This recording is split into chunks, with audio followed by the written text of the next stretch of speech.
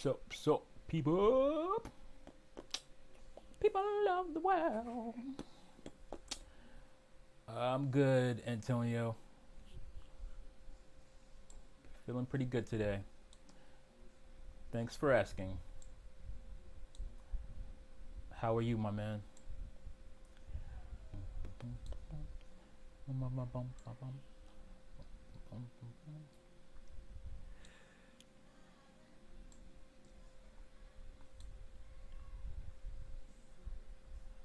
Do, do, do, do, do, do. 4.7. Do a freestyle.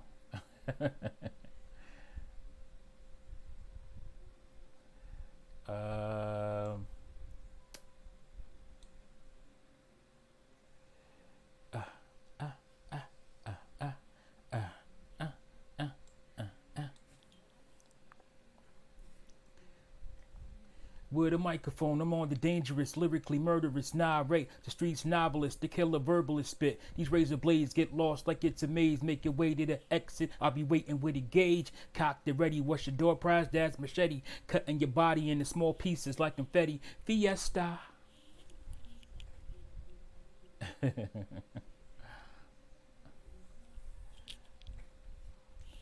Bismarcky.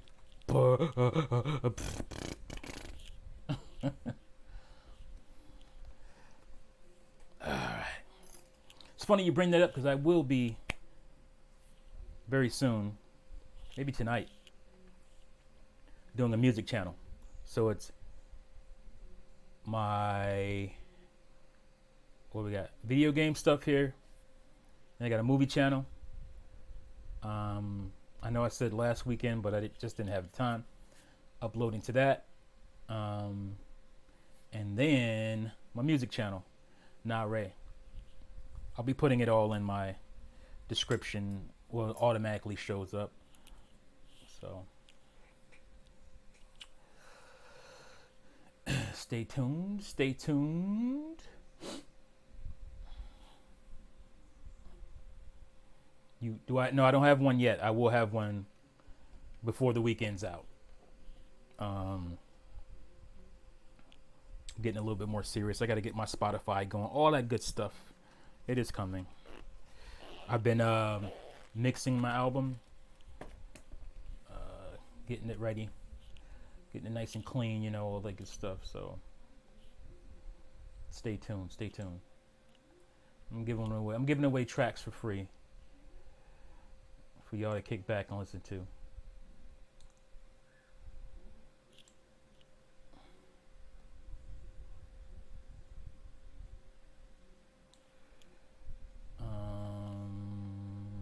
Oh no, I should have put that up. What happened? What happened? Why did I lose my video feed?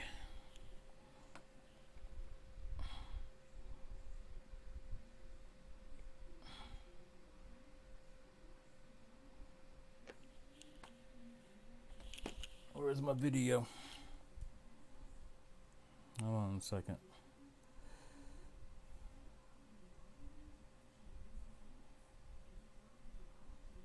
What's going on?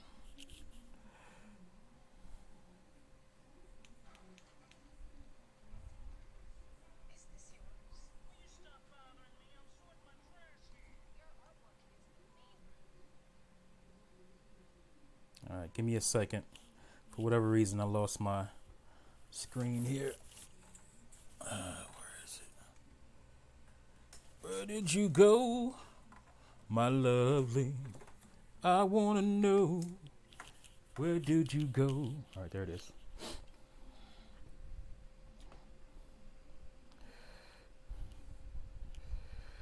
All right. Couple more minutes. Let a couple more people get in before I get in or go in. That sounded weird. Before I get in. What is going on here? Oh. Why do I not have video? Here comes the sniffles now. There we go. Stop blanking out on me, visuals.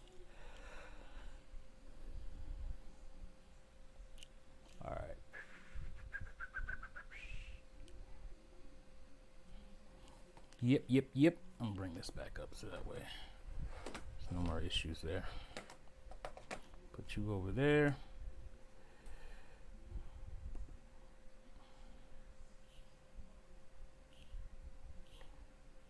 All right, let's pop that off.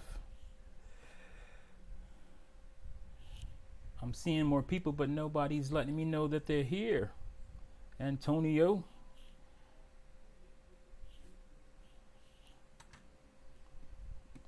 I see nobody else commenting in the chat. If you hear people, let me know. I'm ready to go. What is that from? Is that Shanae? I got you and I'm ready to go. I can't remember. Don't you know no good? Don't you know no good? Don't you know no good? Jerome Rome. Don't you know no good? Martin was the best. The best. Like, he wasn't like the best overall comedian, but when it came to like visual performance, visual comedian, yeah, he's the best.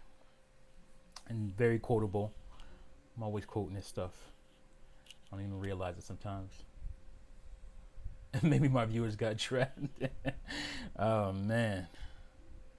Maybe. Maybe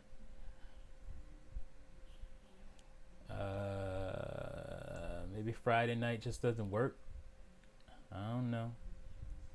Maybe I have to stick on Sunday nights.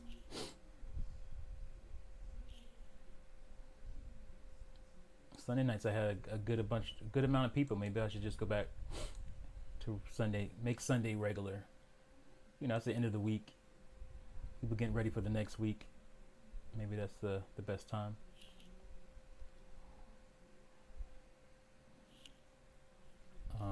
I mean, I see people in here. They're just not chatting. I see viewers 7 right now. Not a whole lot, but.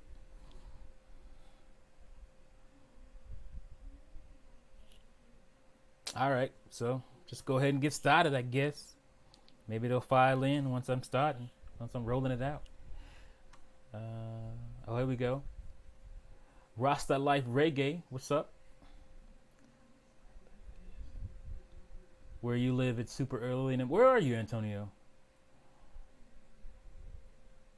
Rasta Life's here. What's up, my man?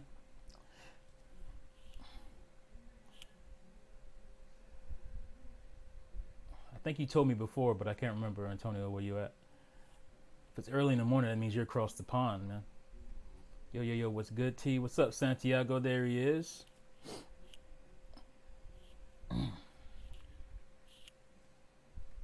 Waiting on Antonio to tell me where you at. You across the Atlantic? Well, I'm guessing if it's early in the morning. Yeah, Holland. Okay. All right.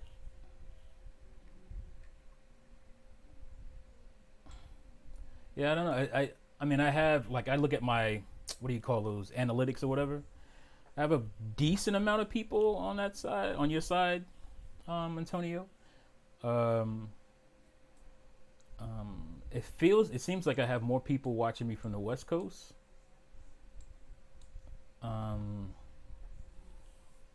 So that's 3 hours behind me because I'm on the East Coast.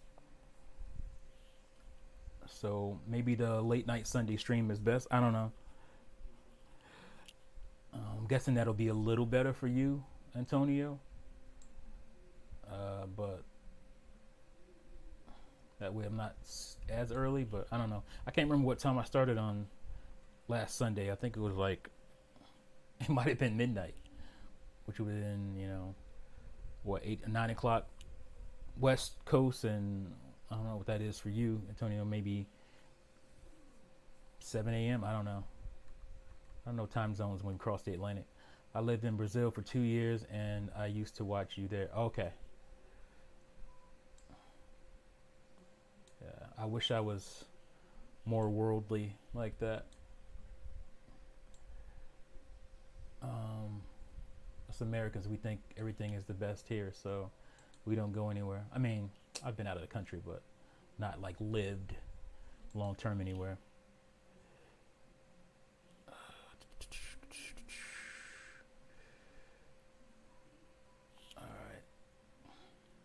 All right, we will go. I'm sure people will come in. That always happens. It's 5 o'clock. Yeah, okay. What did I say? 6? That was just a guess. I don't know. Guess close. So if I went 12, that'd be a little bit later in the morning at least, but still super early. My father lived in New York. Yep, that's where I'm from. What part? Do you know?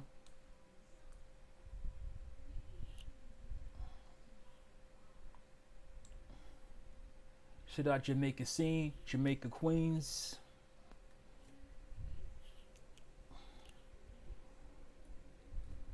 Tribe Called Quest, big up. All right, let me get rid of that. And oh, I didn't know I was rolling with that. So I got 2 of them. Let's get rid of that one.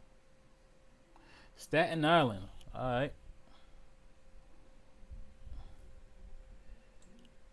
I know Staten. All right. Let's roll with this. First off, thank you all for joining me on another Tea Talk. I used to number these, but I'm like, it's too hard to keep up with which one and the numbers and all that stuff. Then after a while, it kind of probably makes you sad because you're like, man, I've done that many. Juices Loose, we're at,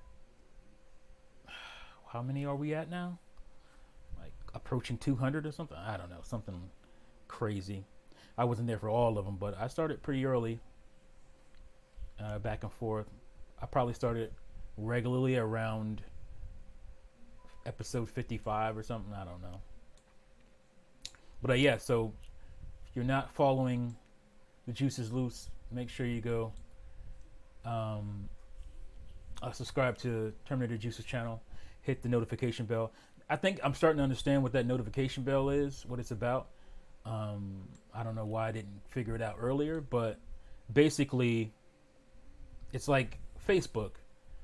You get notifications. So even people you don't like, even people you're somewhat quote unquote subscribed to on Facebook, basically for your friends, when they do something, you get a notification for it. So you're more likely to check out what they're doing.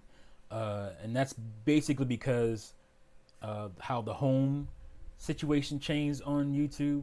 It was all about your subscription feed at first, and then it became about your home feed because YouTube wanted to feed you more shit, wanted to feed you more types of videos and whatnot, and getting your recommends and all that stuff. So a lot of people, I catch myself even doing it, where I don't even, sometimes when I go to YouTube, I don't even click on my subscriptions. I'm just at my home feed and I just look at what's there. And so that's why I'm guessing that's why a lot of times a lot of your subscribers just stop watching you. It's because you don't automatically show up on their home screen. I don't understand that as a subscriber, but I do. I mean, because I know YouTube wants to feed you more trash. So that's why they do it. But so yeah, if you haven't, make sure you click the notification bell, because that way, I've noticed, like I said, on my phone, I get notifications from YouTube all the time from people that I click that bell for, and so I'm more likely to click on their videos and more likely to see their stuff. So that's what that's why the notification bell is in some ways more important than subscribing. So I don't get all my notifications most of the time. I have to get on YouTube and go to my inbox to see who I post. See, so again, this is not automatic. Obviously, there's still issues. People still tell me what you just told me their roster life. So, but if you're subscribed and you click the notification bell, that's usually good to where you're gonna catch, videos and whatnot. And currently, I don't do a lot of videos, but the channel is gonna change for the new year, and you guys are gonna see me differently. Well, not differently, but the way you used to see me more, and I'm just gonna focus on like a main video, or mostly one video, and then my live streams, which I might decide to just do Sunday nights. Um, I like doing them Friday because that way there's there's no work or whatever the next day. I can Saturdays I chill. So, but it's about getting more people. I almost never got notified. Nice play on words there. Who's that? Fiji. What's up, Fiji 21? Thanks for joining. But yeah, let's go ahead and get into the topics. First one being Nintendo Direct coming soon. It's very likely, and there's some things that hinted at that, which have in history hinted at previous directs. Mainly the SKUs popping up on GameStop. I think there's like 12 new games, just placeholder games for Switch on Amazon on GameStop. So that's a pretty good indicator. And obviously we don't know a whole lot about what's happening with Switch this year, which is fine. I mean, it's January 3rd, so you don't need the whole year laid out. But over the first few months or so, you start to get a picture of it. And our early direct is a good indication. I think we had a direct in February last year, so people were a little bit on edge because we didn't get one in January. But it's not always guaranteed January. But we haven't had one in a while, and obviously, like I said, we haven't had a whole lot laid out for us as far as the year goes. Now, a lot of contention has been around how Nintendo has basically put games out during the year, how they just do a lot of games on the back end of the year, and just kind of squeeze them all together, which is bad idea to me because I think games like Astral Chain actually kind of suffered. Astral Chain did well. I think they were happy, but I feel like Astral Chain should be like a 3 million plus seller. And I think one of the reasons it's not is because it fell kind of close to like Link's Awakening HD and stuff, and just other games around it with the summer. And then it came out in August. August is not a huge month for video games. I think if it came out, it could have came out earlier, like a March or April. I think the game would have done a lot better. Or even like a May, leading in the E3. That way you can talk more about it. But I mean, we didn't even know about the game until, was it E3 or right after E3? I think it was E3 when we learned about it. So they've been holding stuff closer to the vest. So it also has to do with their timing as well. So I can understand that. But I think if they didn't have stuff like games that I hadn't even bought yet because it was just too many games at once, and I buy a lot of stuff. So if I couldn't get your stuff, you should know something's up. My notification popped through. Is that what you're saying, Rasta Life? Good. Yeah, we are due for one, whether it's this month or February. Yeah, Santiago. I think it'll be this month. I think that SKU drop is usually a pretty good indicator if we're going to get new or another direct. So I think it'll probably end up being next week sometime, like a Thursday, maybe even earlier, maybe Tuesday, who knows. So I think that's what's going to happen. And 12 games, which is pretty cool. I think, well, it has to be GameStop because the GameStop has SKUs. That means physical games, so physical retail games. So that's pretty big. 12 unannounced games, and some of them could be. I'm sure some of them are ports. Some could be Wii U ports. Some are very likely just kind of third-party multi-plat ports, late ports or whatever that we've been getting. Not unlike a Witcher or Doom or something like that. So one of those could be Doom. It's very possible. Doom Eternal. Is that what it's called? So that's very possible as well. So one of them could be, or maybe even two could be Switch ports. Now, I'm pretty sure they already have like Tokyo Mirage Session, Sharp FE, Encore revealed, so it's not going to be a mystery game. So that's not one of them. So we'll see what happens on that front. But yeah, it was pretty cool, pretty exciting to see that many games come for Switch or be announced. So I'm looking forward to that. It's very likely they're not 3DS games, so it could just all be. I think it says all Switch, right? I think it already says Switch game in the what do you call it? What is it called? The can't think of the word. Every time I get on here, like my brain fries under these lights. I think placeholder, under the placeholder. I think it says Switch game. So we're pretty sure it's going to be Nintendo Switch games. Oh, another one could be. What's up, Renee? Another one could be Outer Worlds, because we don't know when that's coming. We might get a release date on that, which is cool. I haven't bought the game. I just haven't had time. I probably would have bought it on Xbox One or PS4 at some point, but it's that game, and I haven't even bought a game I was looking forward to. I just never got around to getting it because I got backed up with so much other stuff. Is Fire Emblem Three Houses. I haven't gotten that yet, so it's crazy. There was a lot of games that came, around the same time or close to around the same time. So there's that. But I'm trying to think of what So we named. It's not Tokyo Mirage Session. That game has already been revealed, so it can't be that. So what did I say? Outer Worlds could be one. Doom Eternal could certainly be one. Can't be Animal Crossing because we already know about Animal Crossing. I'm pretty sure I named one that it could also be, but I can't think of. But one possibility is also, because of some listing, is Red Dead Redemption 2, which I don't believe that's actually going to come. I haven't bought Outer Worlds yet either. Hopefully it's a competent port. Yeah, Santiago. I'm hoping it is too.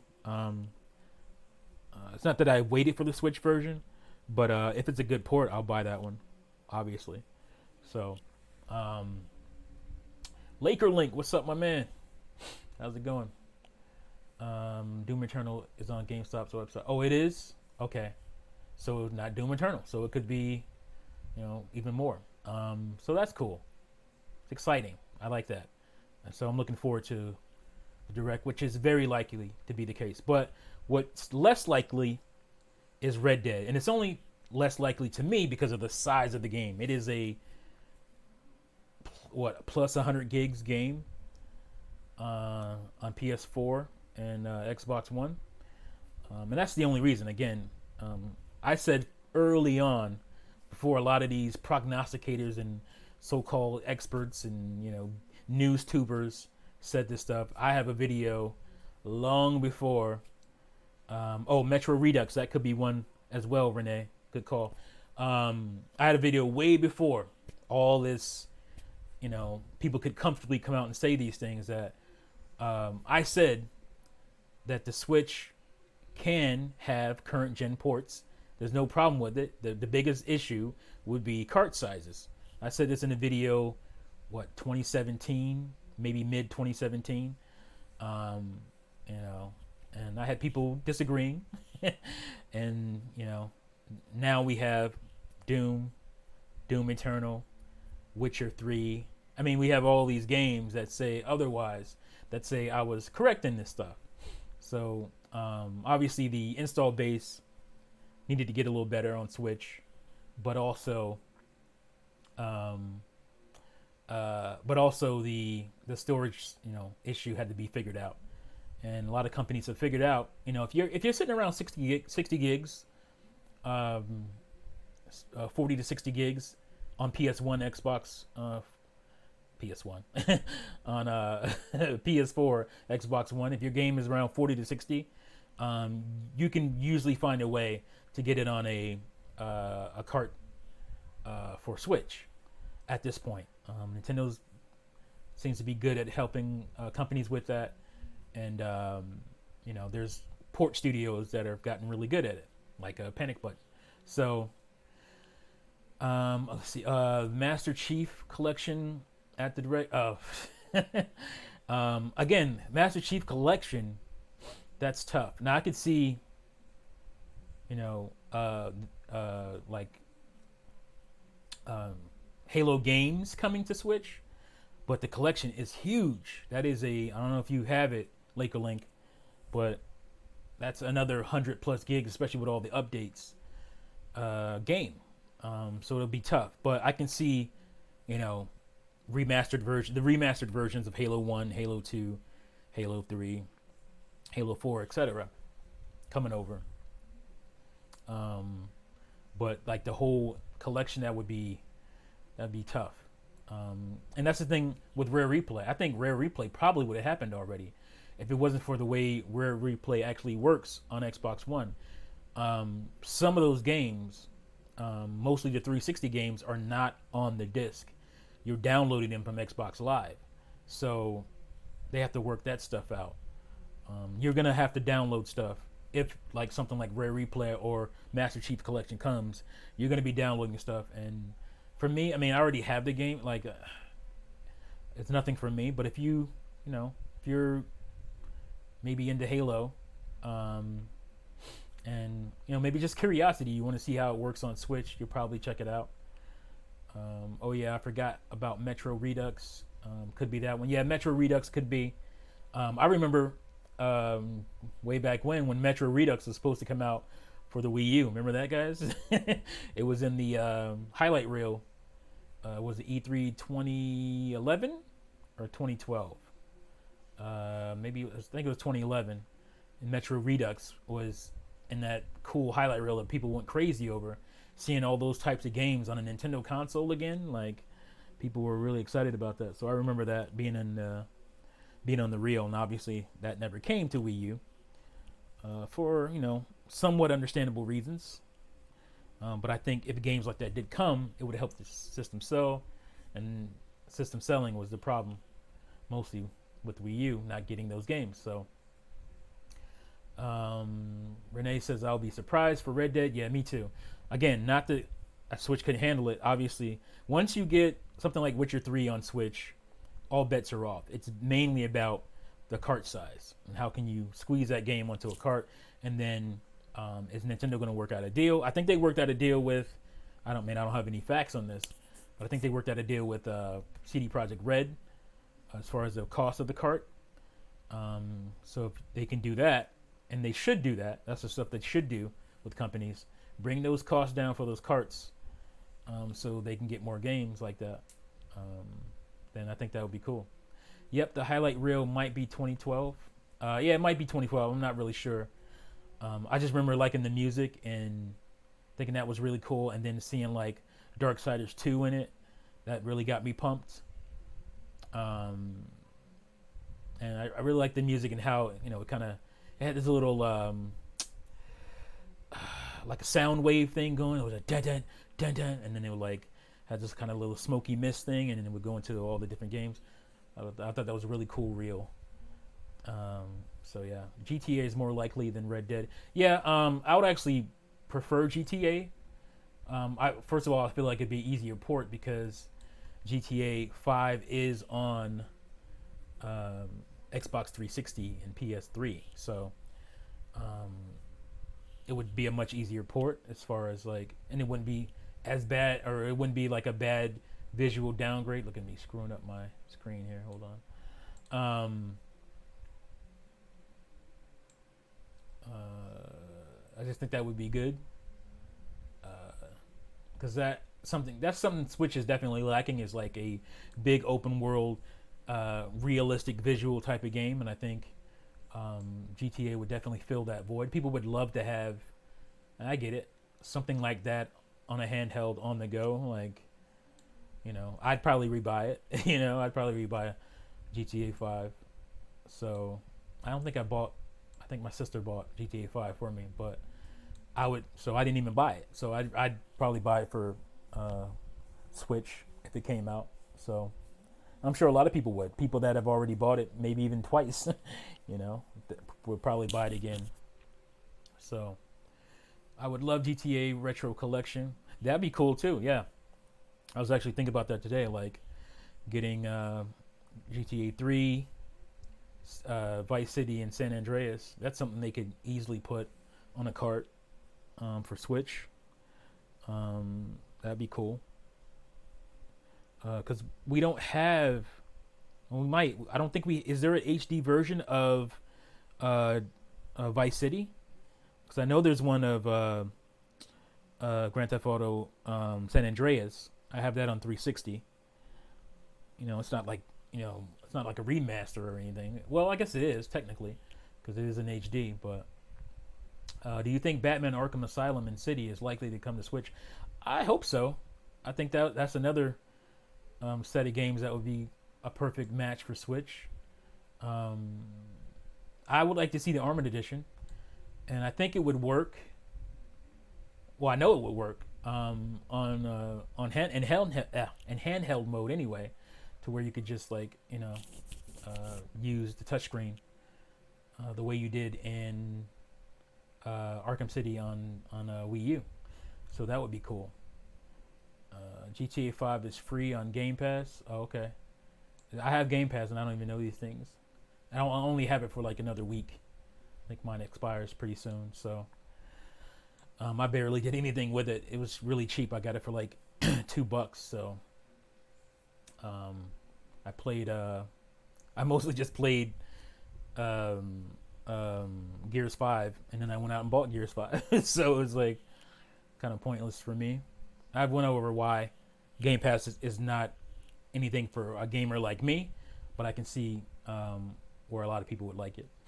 All right, so let me read you guys' comments here. Start fill up a little bit. Santiago 316 says, "Really, I don't remember that." Yeah, you don't remember? Just go back, look up the highlight reel for. I feel like it was 2011, but I could be wrong.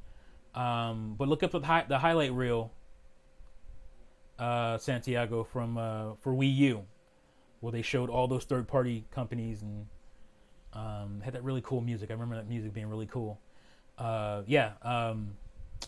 Metro Redux was certainly in that because I was anticipating it. I was waiting for it. So, yeah, it's definitely there. Go check it out. Do you think, was it K Lamadou? Do you think GTA will come out for Switch? I read that already. GTA 5 is more likely than Red Dead. Nah, you're right, T. Oh, it's 2011. Okay, so yeah, 1GWX says it's 2011.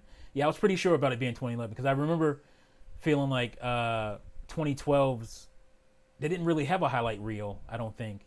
They just kind of had like testimonials. I remember being underwhelmed by Nintendo's E3 2012. So that's why I thought it was 2011. Yeah, it was It was definitely 2011, and you can probably just find that one clip of the highlight reel where they showed like Darksiders 2. Like I said, they showed Red Dead. They showed like not Splinter Cell, Tom Clancy, Ghost Recon. I think was in there. There was a lot of stuff that we never got on Wii U that was in that reel. They showed Ninja Gaiden. People went crazy. I remember that like it was yesterday. I have this weird. I don't think it's only with video games where I have this weird. No, it's not really. I have this weird kind of like photographic memory when it comes to that kind of stuff. Game nerd shit, I guess. So, yeah, it was definitely 2011. Let's see. I would love GTA Retro Collection only because the PS3 and 360 version exists. So there is one. See, I don't even remember if there was a collection on. Like I remember there. Like I said, I remember playing. I have it. San Andreas HD on 360, but I don't remember the collection. So that's cool. Chinatown Wars remake. That would be dope. I'd play that again. Chinatown. That was a really cool kind of drug dealer simulator on a DS, which was pretty odd. Uh, I love the Armor edition on Wii U. Yeah, I love that edition too. And they can fix the frame rates now, because it. I don't remember them, but a lot of people talk about um, there being like frame rate issues with that. I just don't remember. I just was too enthralled with being Batman and having utility belt in my hand, being this lovely device here, this gamepad. So um, maybe I just missed that stuff, but let's see. Rockstar would strike gold if they put. I mean, yeah. I mean, it's a no-brainer. It would sell. It would easily sell 1,000,000 copies, if not more. I'm guessing more. Everybody and their mama wants GTA 5 on Switch. Even people who don't even care about GTA 5 realize that would be a instant seller. And I think the sales for GTA 5 are kind of slowing down. It's been an evergreen title ever since it came out. So yeah, see, Renee remembers the frame rate being pretty bad. Like, I don't remember it. I don't know. But I mean, I believe you guys. I'm sure it was. I just don't remember it. Do you think the research Super Metal Dave 64 has made about a Switch Pro being released with a first-party bundle, most likely Breath of the Wild 2, is like, no, Nintendo doesn't do that. The last time Nintendo did something even remotely like that, where they bundled a game with the new hardware, they usually do it with a device, like a Rumble Pack, and I'm talking N64 here. So how long ago was that? N64, you got the Rumble Pack, but that wasn't even with the console. Like, that was just, basically hardware. So Nintendo bundling hardware with a game, they haven't done that in a long time. And okay, maybe Donkey Kong 64. That's I bought the it's back there somewhere. I don't know if you can see. You can kind of see it. Wait, this is backwards. Over my shoulder there, the green N64 back there, that came with Donkey Kong 64 and the expansion pack. That's kind of the last time Nintendo does it. They don't really do that. So I I don't believe any information or research that that's what's going to happen. They're not going to bundle it with Breath of the Wild. That's not going to happen. Why would they do that when they can just sell Breath of the Wild easily on its own? They bundle with Breath of the Wild, it's going to be, whatever, plus the $60 Breath of the Wild cost, so it's pointless. Nintendo's going to make their money. They don't have to bundle it. People want a Switch Pro so bad, they're not going to bundle it, Super Metal Dave has been wrong many times. I'm very skeptical. Anything. Yeah, I mean, he's been wrong a lot. And this is not, me hating on him or anything. It's just speculation, what he's doing. And it's just like, it's educated guessing. I mean, that's all it is at the end of the day. And even if you heard it from somebody, that person educatedly guessed, what would happen. Because I've done that. I've done that on stuff that nobody was even thinking about. I hate to toot my horn again, but I was the only one who said Bulletstorm was coming to Switch. Nobody has said that. I put a video out, and some of the rumor people were like, I've not heard anything about that. Blah, blah, blah, blah, blah. And I'm like, I took an educated guess. I looked at the company. I looked at what types of games that I thought would work on Switch. I looked at the engine, and I said it would make sense for a game like Bulletstorm to come to Switch. Lo and behold, I think a year later it was announced. So, and nobody made that guess. That was in nobody's rumor mill, but I made an assumption based on, my research, which was just me thinking in my own head that that's what was going to happen. So, I get it. Rumors are fun. Like, I remember, especially in the 90s, I think rumors were way more fun back then because we didn't have the constant bombardment of information, of rumors, and people just, putting bunk out there. I remember, like, the designs and whatnot for the N64, what it might look like before it came out, or how futuristic and cool the GameCube, or it wasn't called GameCube at that point, it was just called Dolphin. It looked like some kind of futuristic Corvette with the CD spinning, a full-sized DVD.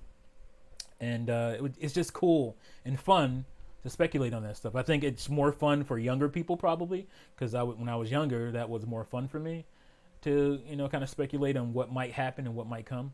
But at this point, I'm just like, it's like it doesn't excite me as much anymore. And I know that a lot of it is bunk, and people are so easily tricked. And you got people out there that, that I feel knowingly put bull crap information out just to get views. And I, Dreamcast guy, there there are people that do that that know better. So what's up, Princess Lisa? What's up? I don't think I've ever, maybe before you've been in the chat. That's cool. Glad to see you here. Muhammad, what's up? Yeah, so I understand. Like I said, rumors are fun. One Stop, what? What's up, man? What's up? Rumors are fun.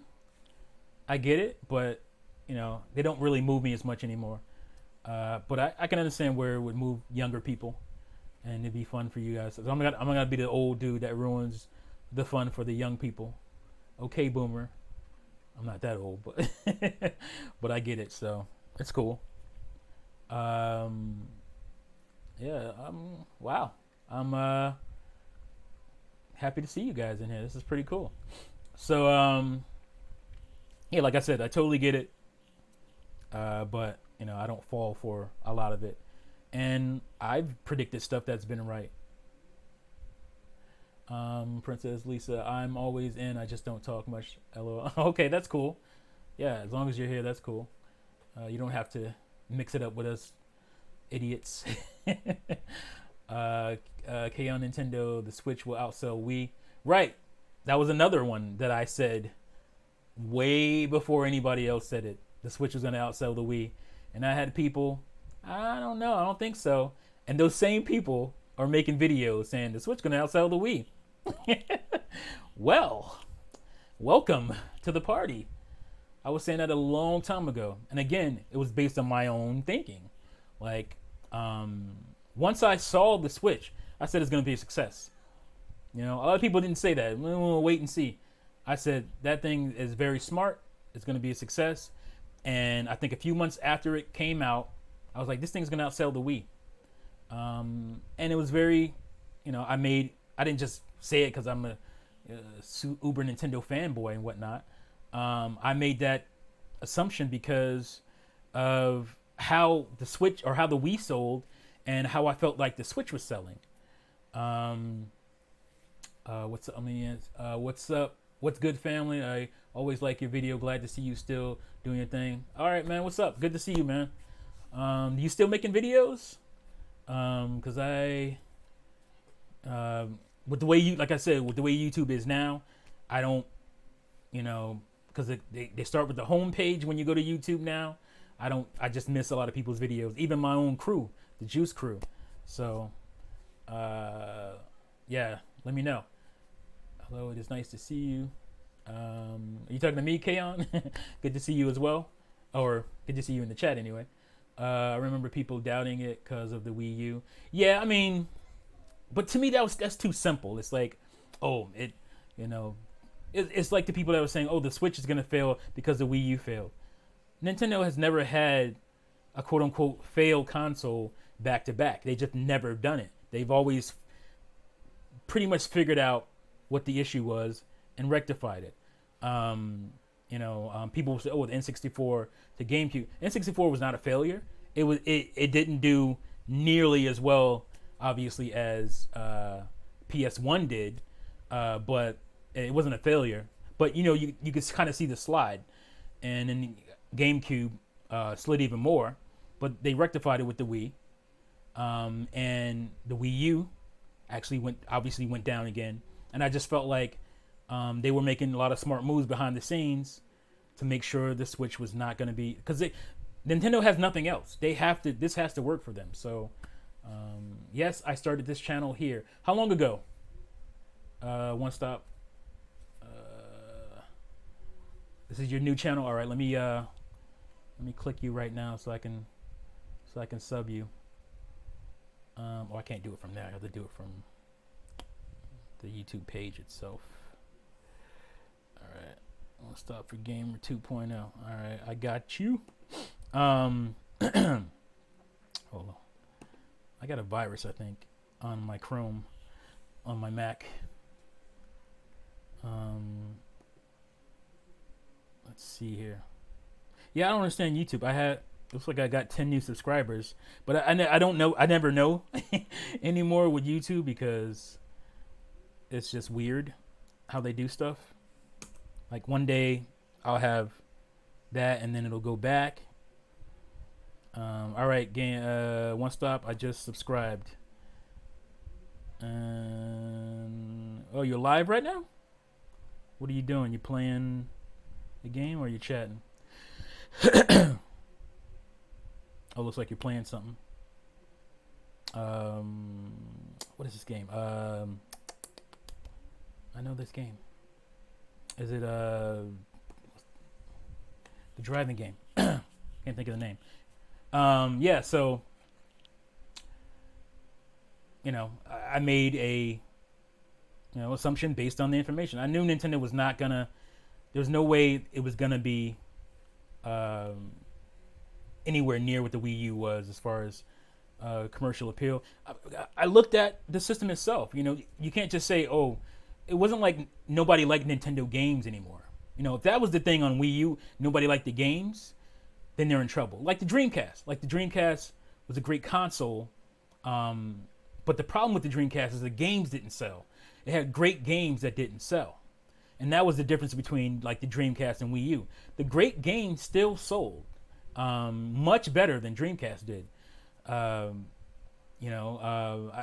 You look at a game like Shenmue. Everybody loves Shenmue now, but Shenmue was kind of a disappointment for sure. I think it sold 500,000 or so, and Shenmue 2 did even worse. So, if the Wii U came out and Mario Kart sold 200,000 copies, then I'd be like, yo, it's a Nintendo problem.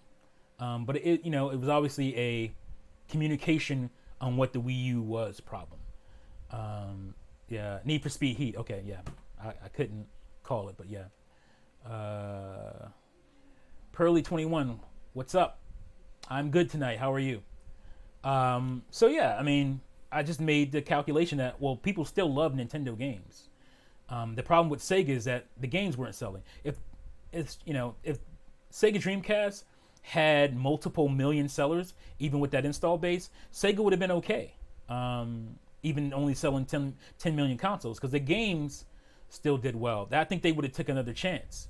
They could have, because the games would have compensated for your price issues. So I think, if anything, they would have came out with another console around 2003 or so, and they would have still been in. And I don't know what would have happened beyond that, but I think if the games had sold better, they would have been all right. So that's why I was looking at the Wii. I'm like, well, Nintendo doesn't have a Nintendo problem.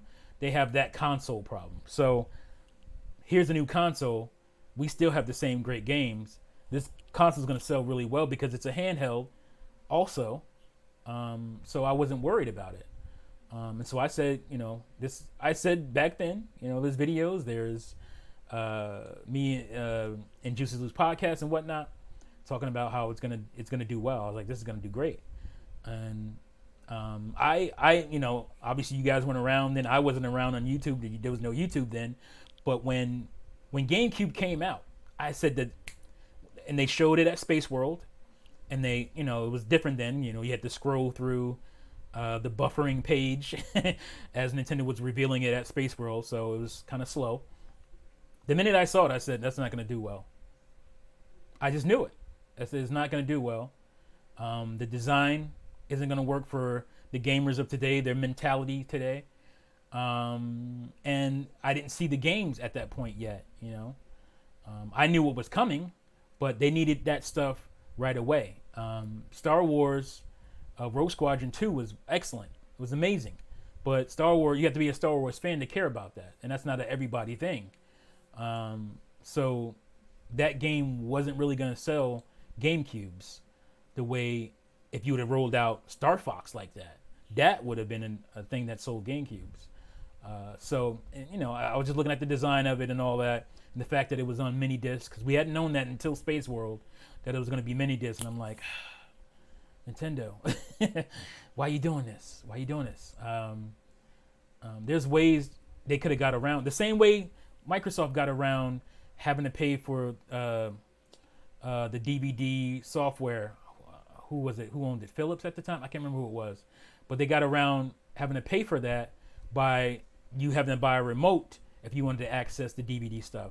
So I wish Nintendo would have done that. I mean, they even had a DVD player for GameCube called, what was it called? By Matsushita or Panasonic. Basically the Panasonic GameCube that only came out in Japan, and it didn't do well there, and they decided not to put it out here. And I wish they would stop judging the rest of the world by what happens in Japan.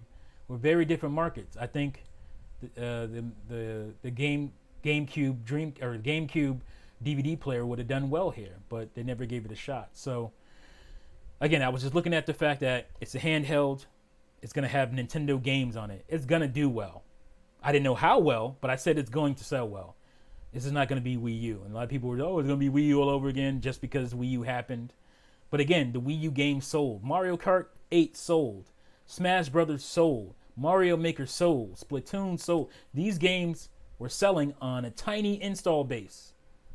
They were doing better than first-party games do on Xbox and Sony, even, or at least at that time, were doing on their much bigger install bases. So people still wanted the games. It was just figuring out how to get them excited about the hardware. And handheld, 3DS is killing it. We've never been defeated in the handheld market. So Panasonic Q, thank you, Lake Link. Again, I come on here, I put the lights on me, and my brain fries, and I can't remember anything, but I know all this stuff. Panasonic Q is one of my holy grails. That's actually going to be a video of mine sometime this weekend where I talk about the holy grails that I want in my collection that I don't have yet. So that's one of them. Preview. But yeah, so it was a no-brainer to me. And then once it started selling, even better than I thought, I was like, well, this is going to outsell the Wii. And this is why. It's going to outsell the Wii to me because the Wii sold, especially initially, on the casual market. It was a huge casual seller. It was on Ellen DeGeneres. It was on Oprah. It was one of those. It was an exercise fad. It fell into that market. Moms and grandmoms, all that stuff. Yeah, core gamers still bought it because it had stuff like Zelda at launch, and then Smash came. So it had the core games as well, but it sold early on initially because of stuff like Wii Fit, Wii Sports. It sold in that blue ocean, and that blue ocean kind of really died off late 2009, 2010, and around that time, the Wii was selling to core gamers, which is not the typical route you want to go. You want to sell to the core and then grab that casual market later, like the PS4 did. PS4 initially sold to core Sony gamers, and then the casual market, that's what's selling the system now. People who don't really, go out and get games right away, they kind of wait. I was like, oh yeah, PS4 is out there. I kind of need a Blu-ray player. I play Madden and Call of Duty and whatnot. Let me go ahead and get this now, 2-3 years later. And a lot of people, that's who's buying it now. Core gamers outside of what do they call them? Special edition systems. Outside of special edition systems, the people that are buying these consoles now, at this point, are casuals, and that's how it usually works. But with Switch, it was definitely core gaming Nintendo fans jumping in there, and then you had core gamers from other fan bases that were like, "Oh, that's cool. They're getting these games that I play on other systems. I can cross play. I can, take my game on the go, play it, and then continue it. And this is a hardcore gaming device. It's not like my iPad or my iPhone, which I don't want to kill the battery on, to play games.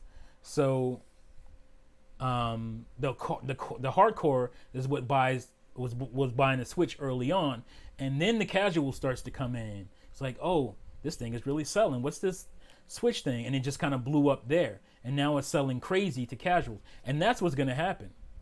It's going to grab more core, of course, obviously, core gamers who poo-pooed it early on, who were like, I don't believe this thing's gonna do well. The Wii U is trash. There's no way I'm buying that underpowered garbage. Those guys are gonna quietly go out and buy a Switch, and they have been doing that, even though they've been crying about hardware and all this stuff. But everybody has one now, so that's why it's gonna push them to get one, because it's human nature. A lot of us don't like to admit it, but we're followers. A lot of us are followers. We wait till everybody jumps on something, and we jump on it. I tend to be a hipster when it comes to that. If everybody's jumping on something, I kind of wait. But when it comes to a Nintendo console, I'm going to get it day one because I'm a core Nintendo fan. So that's why, like I said, it's going to get more casual sales, especially as the price drops. You already have the Switch Lite, which is $200 right now. That's only going to get cheaper. $179, $150. If the Switch Lite hits $150, forget about it. It doesn't matter what year it is. That thing is going to sell crazy. And then the current Switch, that's going to get cheaper because they're going to be making, like they just did the revision with the battery life and all that stuff. So, that's why I said it's going to do better. It's going to do better late in life than the Wii did, because the Wii fell off and nobody cared anymore. Core gamers got it early. Core gamers got it early, and so did casuals. And so by the time that thing was dead, it was literally dead. There was nobody else left in the market for it to sell to. Whereas the Switch is different. A lot of people wait until they can't wait anymore because everybody has one now. I got to go out and get one. And then they do these revisions. They do these they get better bundles going. It's gonna be It's gonna be Nintendo's handheld even when they drop the next system. So another late ass live stream. These do better for me as far as viewer wise. A lot of people are doing stuff earlier in the evening, so I like to do them later now. Or there's other podcasts that are not as good as mine, of course, that people gravitate to. I'm just kidding. But yeah, so I just made a educated guess, and I didn't need to, I didn't need any research on the internet other than what I was seeing and hearing with my own eyes and ears. So what are you guys saying here? Dreamcast was supposed to have DVD add-on too. Yeah, it was. But it was going to be like an add-on, right? You had to plug it in to like the not the cartridge slot, into like either there was a back port or into the controller slot, I think, and that's how it was going to work. But it just wasn't selling well enough at that point, and I don't think Dreamcast needed a DVD player at that point when it came out, because nobody had one. It wasn't until PlayStation came out, 2 later came out and had one, but it was a year later and $100 more expensive. So the Dreamcast didn't sell on the strength of its games, unfortunately. And I don't know if maybe they were just too early with their arcade stuff. I think the problem with the Dreamcast, it had a lot of arcade experiences on it. And at the time, that was cool. People were like, oh, I want those great visuals and all that stuff. But there's no meat on an arcade game, You can beat it in 40 minutes, And I think that was the problem. So by the time Shenmue came out, it was too late. And if Shenmue was a launch title, I think that would have been way bigger for the Dreamcast. And you had Sonic Adventure, which was kind of an adventure game, but not really. It was still you know Sonic racing, Sonic running through levels and speeding and all that stuff. It wasn't like a meaty adventure, even though it tried to be kind of. There was no meaty gaming adventures. I don't think at launch. You got RPGs later, but again, RPGs are not for everybody. You needed a Zelda-like game, or even a GTA-like game, which for me at that time would have been something like Shenmue. If Shenmue was a launch title, I think Dreamcast would have done all right. I think it would have been okay. But there was just way too many arcade quick, beautiful games, but visuals aren't enough. And I think the Dreamcast kind of proved that. Beautiful games, but it weren't enough meat on the bone of those games. And at that time, people were still doing the arcade thing. I was still in arcades, so it wasn't quite dead yet. So, Sega ran out of money. But again, they wouldn't have run out of money if the game sold. They would have had the revenue that they needed to continue. But the games were not selling. That was the main problem with the Dreamcast. Yeah, the system didn't sell, but it didn't have any, system sellers beyond launch. Soul Calibur, amazing game, but it's a fighting game. It's not a everybody type of game. Fighting games were a lot more casual then, if you will. Like a lot more people played fighting games in those days, but it still wasn't a system seller. It's not a Mario, and Sonic wasn't a Mario. Like I said, it was still, Sonic is not, he's a mascot for Sega, but he wasn't that. Now you had things like NBA 2K and NFL 2K, which were great. To me, those could have been system sellers, especially in North America, and I think they were. I think actually NFL 2K, NBA 2K are among the top sellers on Dreamcast. So they were that, but you still needed another tier. You needed that huge RPG, a Final Fantasy VII type of RPG. You needed something like that, and Dreamcast didn't have that for about a year before Shenmue came out. And by the time Shenmue came out, I don't know if PlayStation 2 was already out, but it was at least on the horizon. People were saving the money for that. It's going to have a DVD player. It's going to have all this stuff, You're going to be able to play all your PS1 library on it. You couldn't do that from Saturn to Dreamcast. That was another hit against it, I think. So, and I think that actually hurt, the GameCube as well. Obviously, it was a different situation. You're going from cartridge to disc. So that would have been like a huge cost to add in the hardware to play N64 games, and it would have affected the form factor.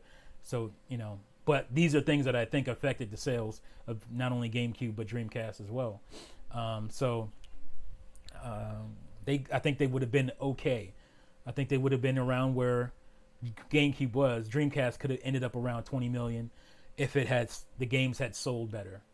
And a lot of the stuff that went to Xbox would have been on Dreamcast, like Shenmue 2, Panzer Dragoon Orta, beautiful, plethora of other games that they made the deal with Microsoft to get onto Xbox OG. So, but yeah, how did we get there? We were talking about rumors and stuff that could affect the sales and whatnot of something like the Switch, and how I felt like the Switch was going to be better selling than the Wii. Now, all these guys are coming around to this, but again, I was saying this back then before it was, popular to say. A lot of people who were in that comment section, no, I don't think so, man, blah, blah, blah, blah, this, blah, blah, blah, blah, that, are now making videos to where they're saying, yeah, there's a very good chance it could outsell the Wii. And I was pretty confident, over a year ago. So this thing keeps switching on me. I don't know why. I'm just going to pull my Switch out so it won't do that. Pull it out of the dock for some reason. But yeah, let me see what you guys are saying in the comment section. I read Juice's snarky ass comment about a late live stream. Sorry, Grandpa Juice. Some of us stay up late. So, I'm sure people on the West Coast appreciate this and stuff like that. And people across the pond, across the Atlantic, it's early morning there for them, so they can watch live. So that's cool. Sorry, East Coast fam, it's late. But again, I'm in the East Coast, and I stay up late all the time, so you should be all right. Why some people think that Metroid Prime 4 is using CryEngine, I have no idea. Maybe it's because they believe that it's going to come out sooner than later. I have no idea. I don't think Retro Studios is used to that engine or anything. So I don't think so. I don't think that's a thing. I love my Switch. It's awesome. Yeah, Switch is an awesome console. It has its issues, as I pointed out, and I will continue to point out. But I love the console. And I just wish these little nagging things weren't a thing, so I can completely love this device because it warrants it. CK Uzumaki, Sega just ran out. Oh, I read that already. Dreamcast had way too many arcade types of games for sure. Yep. I knew you agreed with that, Juice. I think we talked about it before. There's just too many arcade types of games. And arcade games, I remember. I'll tell you a story. I remember. Maybe I should do like a Dreamcast because I think we talked about this in the Juices Loose podcast. I remember buying, my games for the day one, $9.99 when Dreamcast came out. I was a little upset. I wasn't gonna buy a Dreamcast, and my friend talked me into it because I was a Saturn dude, and I hated how they did the Saturn. So I was like, I ain't buying no Dreamcast. But he talked me into it. He's like, he's showing me the games, and I wasn't really paying attention. And so I got Soul Calibur. I got what did I get at launch? Soul Calibur, Sonic Adventure, something else. I feel like it was Toy Commander, but I'm not sure. I think it was Toy Commander and Dynamite Cop, Dynamite Deca, for those of you in the East. And Dynamite Cop was basically Die Hard. Remember Die Hard trilogy? The Die Hard games from PS1 and Sega Saturn? That's what Dynamite Cop was. But they didn't have the license, I guess. There was a licensing issue. And so they just turned it... I think in Japan it was actually called Dynamite Cop. Dynamite Deca. And this was basically a up-res port or a port of the arcade game Dynamite Cop in Japan. And I played that game and I beat it in like 30 minutes, and I was just like, it was a full price, I think it was $50 at the time, game, and I was just like, it's an arcade game. It's an arcade, shooter with it was one of those games that introduced, like, if you're familiar with that series, the Dynamite Cop or the Die Hard trilogy series, it was one of those games that did the quick time stuff. So like you'd be running around a corner, you had to hit A to dodge something and all that kind of stuff. Stuff that was in Shenmue as well. And it had a lot of that in it. And the game, you could beat it in 30 minutes. And there wasn't a whole lot more to do in it. And then that was the problem with Dreamcast, is that it had arcadey games. Beautiful looking games. Soul Calibur was gorgeous. But it's a fighting game at the end of the day. There's not meat to that. That's not an adventure you go on and you're spending, 5 hours a day playing that type of game. Dreamcast just didn't have those early enough. I mean, like I said, they got RPGs later, but again, RPGs are niche. Not everybody can jump on an RPG. Final Fantasy wasn't niche. It was such a big thing on PS1 that it kind of broke out of that niche category, because people saw those CG cutscenes and were like, oh, that's the game? No. And that's why a lot of people were super excited about Final Fantasy VII Remake, because they don't want to admit that they don't like RPGs, they don't like turn-based combat, and so now they can finally play it because it's a hack and slash, So, but anyway, yeah, like that's kind of what killed Dreamcast, or just Sega in general. Sega cornered the market in arcade style stuff, but people got quickly over arcade games. Nobody plays arcade games anymore. Other than you're having a birthday party at Dave and Buster's or or Chuck E. Cheese's or something. That's the only time people play arcades anymore because it wasn't a sustainable thing. It was a fad. It was a long fad, stemming from the late '70s to late '90s, but it died. And that's what killed Sega, and especially Dreamcast. Is Sega cornered the market in arcades, and people just stopped caring about arcades. And Dreamcast just happened. I can talk forever about that stuff. I need to do a video on the Dreamcast. I did one on Sega Saturn, but I didn't need to do a Rise and Fall on Dreamcast as well. So that will definitely be coming. Let's see. Where are we? I remember correctly, Sega only had a few hundred million of dollars to operate on when launching. Yeah, Dreamcast. It was very contingent on Uzumaki. It was very contingent on them selling well, and they did initially sell pretty well. But by January, February 2000, the sales were like super slowed down. It wasn't not very different from Wii U. Wii U sold really well initially, but by January, February, March of the next year, 2013, the Wii U was struggling to sell. So it is very similar in that way. But the games, unlike the Dreamcast, the games sold, and that's why Nintendo was, and 3DS obviously, that's why Nintendo was able to continue a somewhat regular life cycle for the Wii U. West Coast gang, says Renee. Yeah, see, I got a lot of Cali people in here. I live in Cali, says K on Nintendo. No More Heroes 3 is making my underwear stretch. I feel you on that one, Maurice. I feel you. I can't wait for that game. Love that series.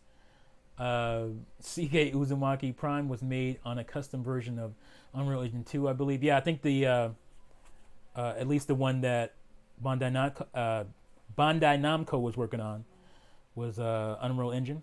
So I don't know why they wouldn't just continue that, or I guess because they presented some kind of demo to Nintendo, being Retro Studios did. Maybe they already have an engine, so it could very well be that.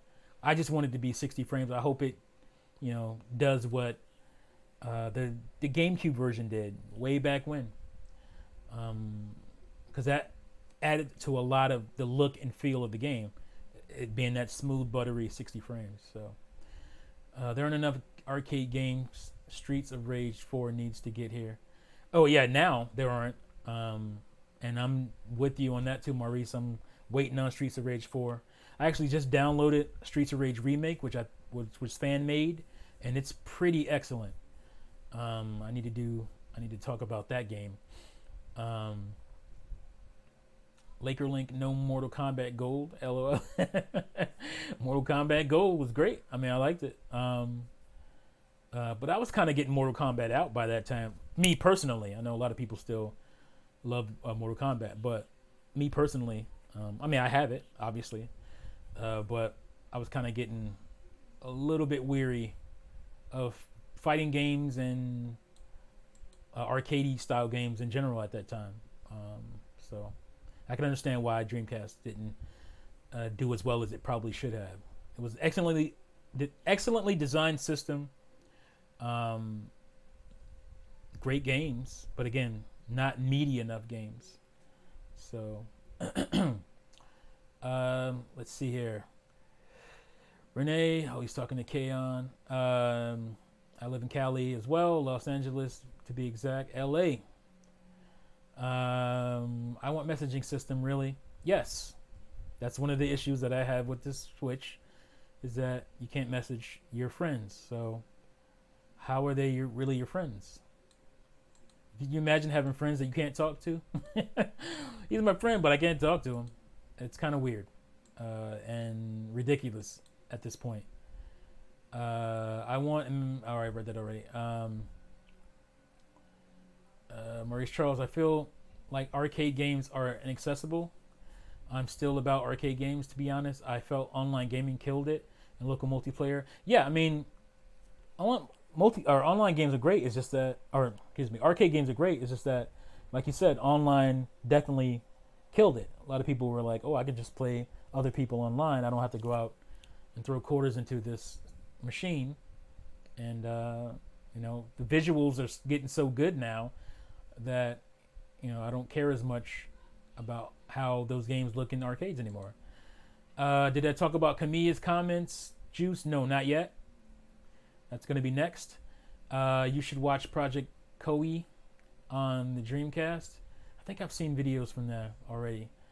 Laker Link. Are you talking to Renee? Mo.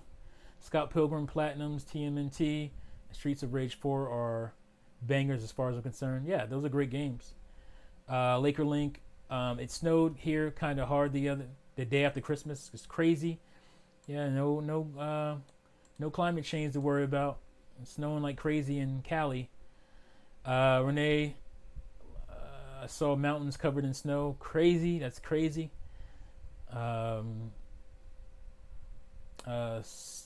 Renee's in San Francisco Valley. Rab Anderson, what's up? How you doing, my man? K on Nintendo. I'm one of the few Wii U owners. What do you mean in general? Oh, you mean yeah? I'm guessing you mean in general because there's not a lot of us. 13 point something million to be exact. T, do you think Fatal Frame has a possibility of coming to Switch? I hope so. I would buy it again because obviously over here on the west side, in the West, or anywhere outside of Japan, we didn't get a physical copy. So I'm very annoyed by that, and I will reward Nintendo with that BS by buying a Switch version. So yeah, I hope we get that. That would be great. I don't see. If you're gonna bring Switch games, those are the type of Switch games to me that need to, or excuse me, Wii U games. Those are the type of Wii U games that need to come to Switch. Stuff like that that didn't get physical copies. What subject you teach, bro? If you said you are a teacher, I'm a specialist, so I mostly teach English and writing, like creative writing. But I'm currently covering for a teacher that's out sick. She had surgery, and they needed someone to cover for her long term. So I'm currently doing music, chorus, and whatnot. So that's fun. Let's see, San Fernando. There's no San Francisco Valley. Did I say San Francisco Valley? That's funny. San Fernando, my bad. Yeah. I would buy Fatal Frame in a heartbeat for Switch, no doubt, Renee. I have a physical copy of Fatal Frame on Wii U. Yeah, I was actually gonna buy one.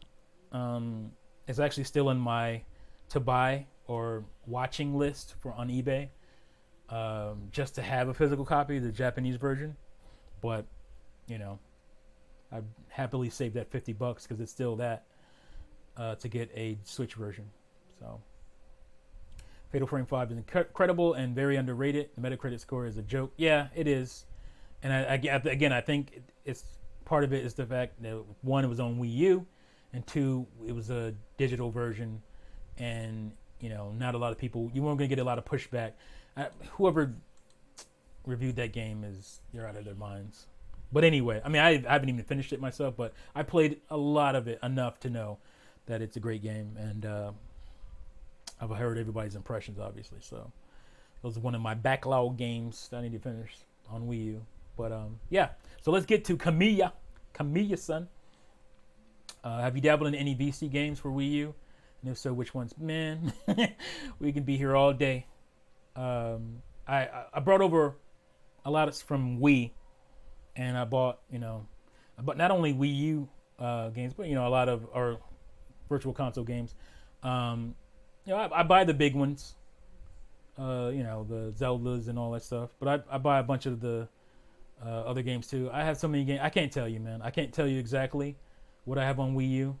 Maybe next Wii U stream, we'll go over my games on digital, virtual console. Because I have, like I said, I have the my Wii transfer I have a bunch of virtual console games there, along with like WiiWare and stuff, and then I also have Wii U virtual console games, and it's probably like 50 in total.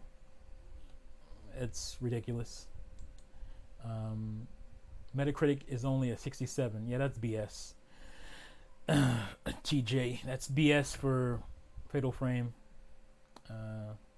Metacritic is a joke. I mean, it's not Metacritic's fault. It's the fact that we put so much emphasis on it. It's just like, because it's an aggregate score. It's like all these different scores, and you give a average score of that. So it's not it's not like it's Metacritic, the website's fault. It's just the idea of aggregate scoring on especially niche type of games that not everybody's gonna like to play.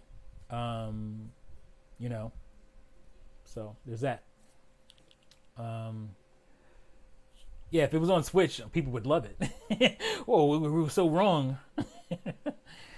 Fatal Frame 5 did a physical copy, and did it do one in Europe?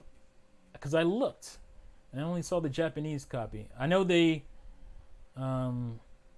people review bomb for the censorship. Oh, that's another thing as well. I remember that username. People were doing that. Now that you brought it up, but yeah. So let's get to Kamiya, because we're going to talk about some issues that the Switch has, and this is one that Kamiya brought up. And Kamiya is a very rough around the edges dude. I respect that. I respect the fact that he speaks his mind. I don't always agree with him, but in this instance, I do agree with him. The Switch UI. He's, I don't know the exact. I should have brought that up. The exact quote, but he was just basically saying that the Switch UI is very much lacking. With the way they have those giant icons on the front screen. I think there's 8 games, I guess.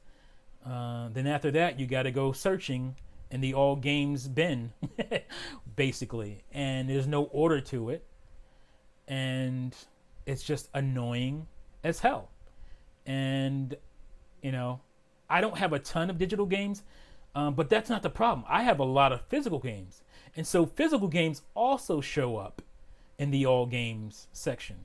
So if you have a physical game and you've played it on your Switch, it shows up in a little icon. And so that adds to how many icons you have.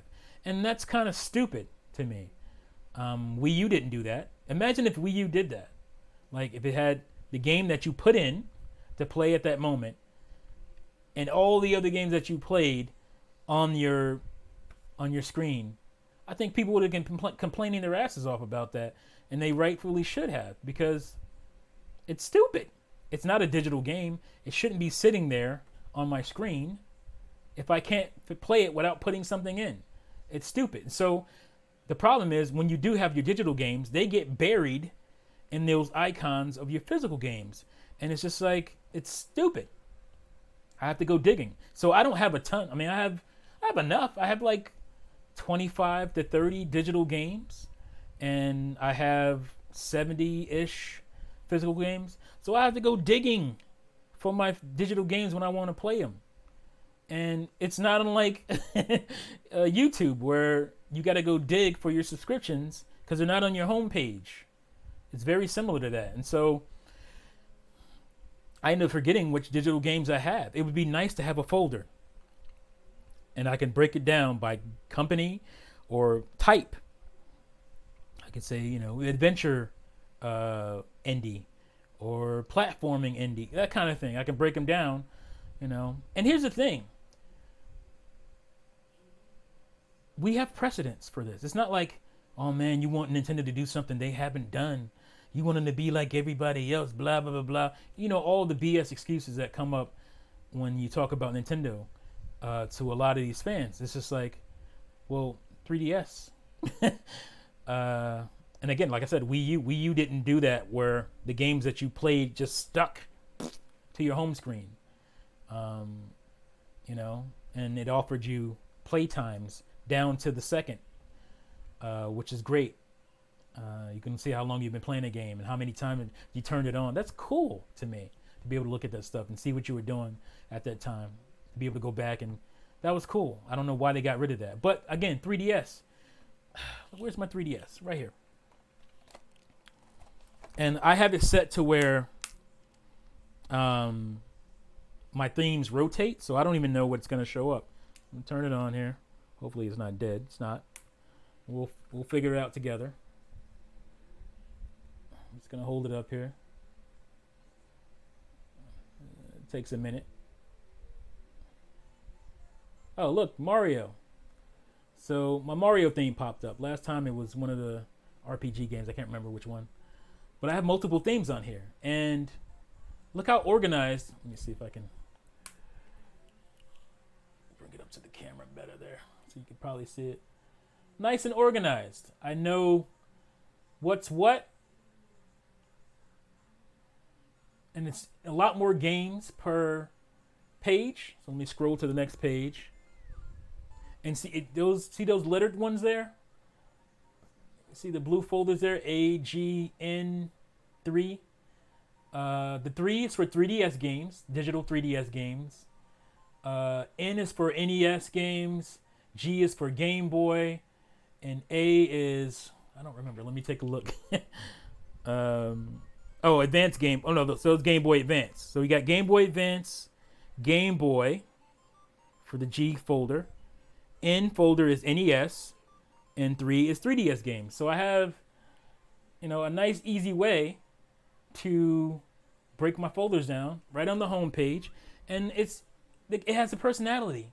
My 3DS has a personality. Let me move it over here, and it's nice to have a buzzing background, and it's not something that takes up a lot of computer, because other people will say, well, it's fast and blah blah blah.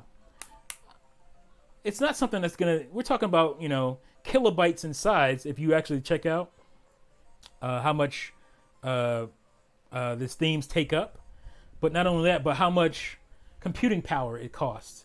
It doesn't cost that much to do this, and it's just way cleaner.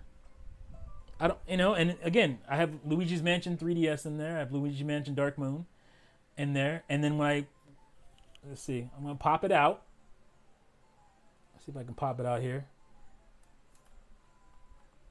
Oh, I screwed up. I'm squeezing the button there. It's not there anymore. That's just an empty slot for, whatever game you put in there. I'm going to put it back in. So you see how this works for people who complain about the complainers. It's probably not going to... I've been having some issues with this thing reading. It's a little dusty probably. Blowing the cartridge, man. Back to that. It's not going in. It's not registering for some reason. Wow, that's weird. I need to clean this slot out. Clean that slot. All right, let's try again. There we go. So it just needs to be cleaned out.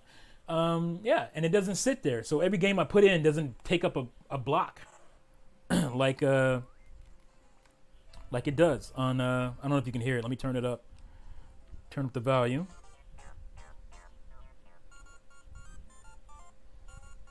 So you get a little music, and it feels, it has a personality.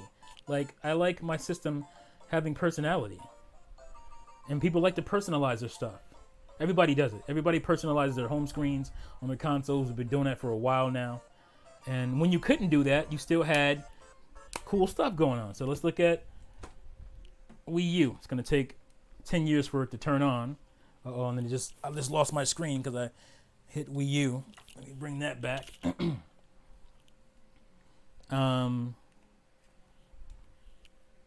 That's this quick start menu. Let me go into the actual Wii U menu here. And, you couldn't customize the background, obviously, because it was Wada Wada Plaza. So, again, I have a ton of stuff in here. Digital games and whatnot on my Wii U. That's that page. Can I do it by shoulder buttons? Yeah. You can see that. Yeah, so if you're wondering what games I got, here's a good chance to look at them now. And they're organized. A lot of them are organized by genre and type. And obviously you can do folders as well. I don't have as many folders here because I kind of like the spread, but it's easy to get to. You just scroll and it's right there.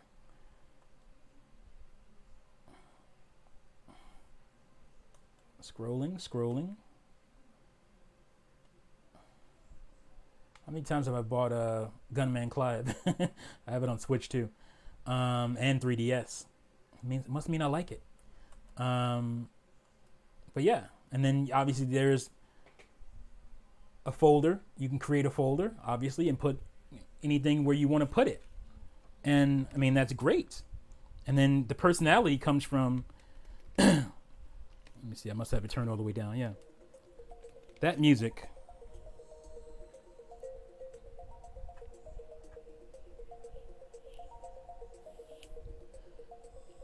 And the plaza itself. Obviously, you guys all know this, but I'm just going to show it anyway. Just having that plaza, and I miss having those game icons instead of, it's, you know, it feels somewhat dead now, but those used to be, you know, games. You know, they have a game icon, and you could see what your friends were playing right from the plaza, which was very cool. So this is stuff, you know, these are standards that Nintendo created themselves. You know, this is not, we're not asking for stuff, you know, that the other companies are doing. We're just asking for what Nintendo has already done themselves. And I don't think that's, you know, I don't think we, you know, we should get back, you know, backlash, is that the right word, for wanting something similar to what other companies want. But we can just start with what Nintendo has done, not what other companies are doing. And there's 2 consoles right there, and you can go to the Wii as well. I don't remember if the Wii gave you folders or not. I don't remember. But this is stuff that is not crazy. And so Kamiya, you know, I'm sure he probably plays a whole lot of stuff, and a lot of people just download everything. If you're one of the people that download a lot of games for your Switch, it's even more annoying for you. But I don't know. I think it's more annoying for me because, you know, I have a specific amount of digital games, and when I actually do want to go play them, I have to dig through my physical games on the system. That's crazy. That's crazy to me. And I just didn't put too much thought or too much effort into it.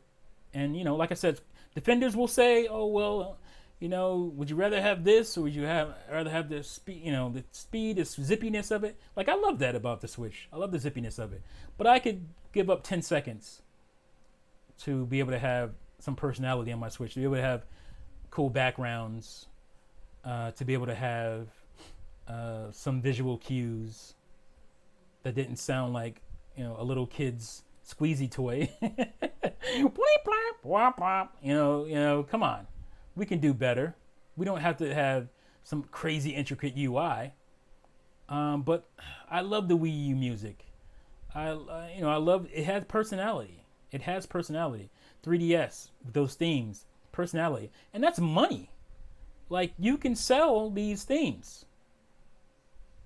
That's money you're just not even tapping into.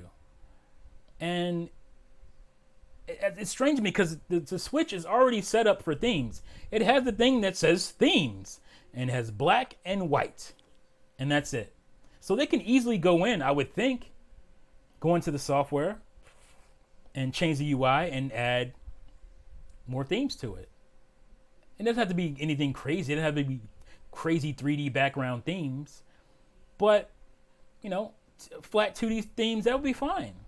You know, that's what the 3DS has, unless you're using, you know, if you're talking about like the bubble, the little icon being kind of bubbly and, you know, having the 3D, obviously.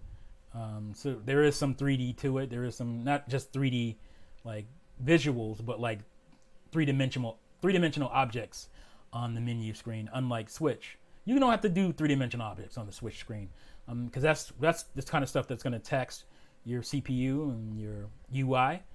But can we get some 2D backgrounds that aren't just black or white? I mean, come on. We can do better than that. Let's see what you guys are saying here.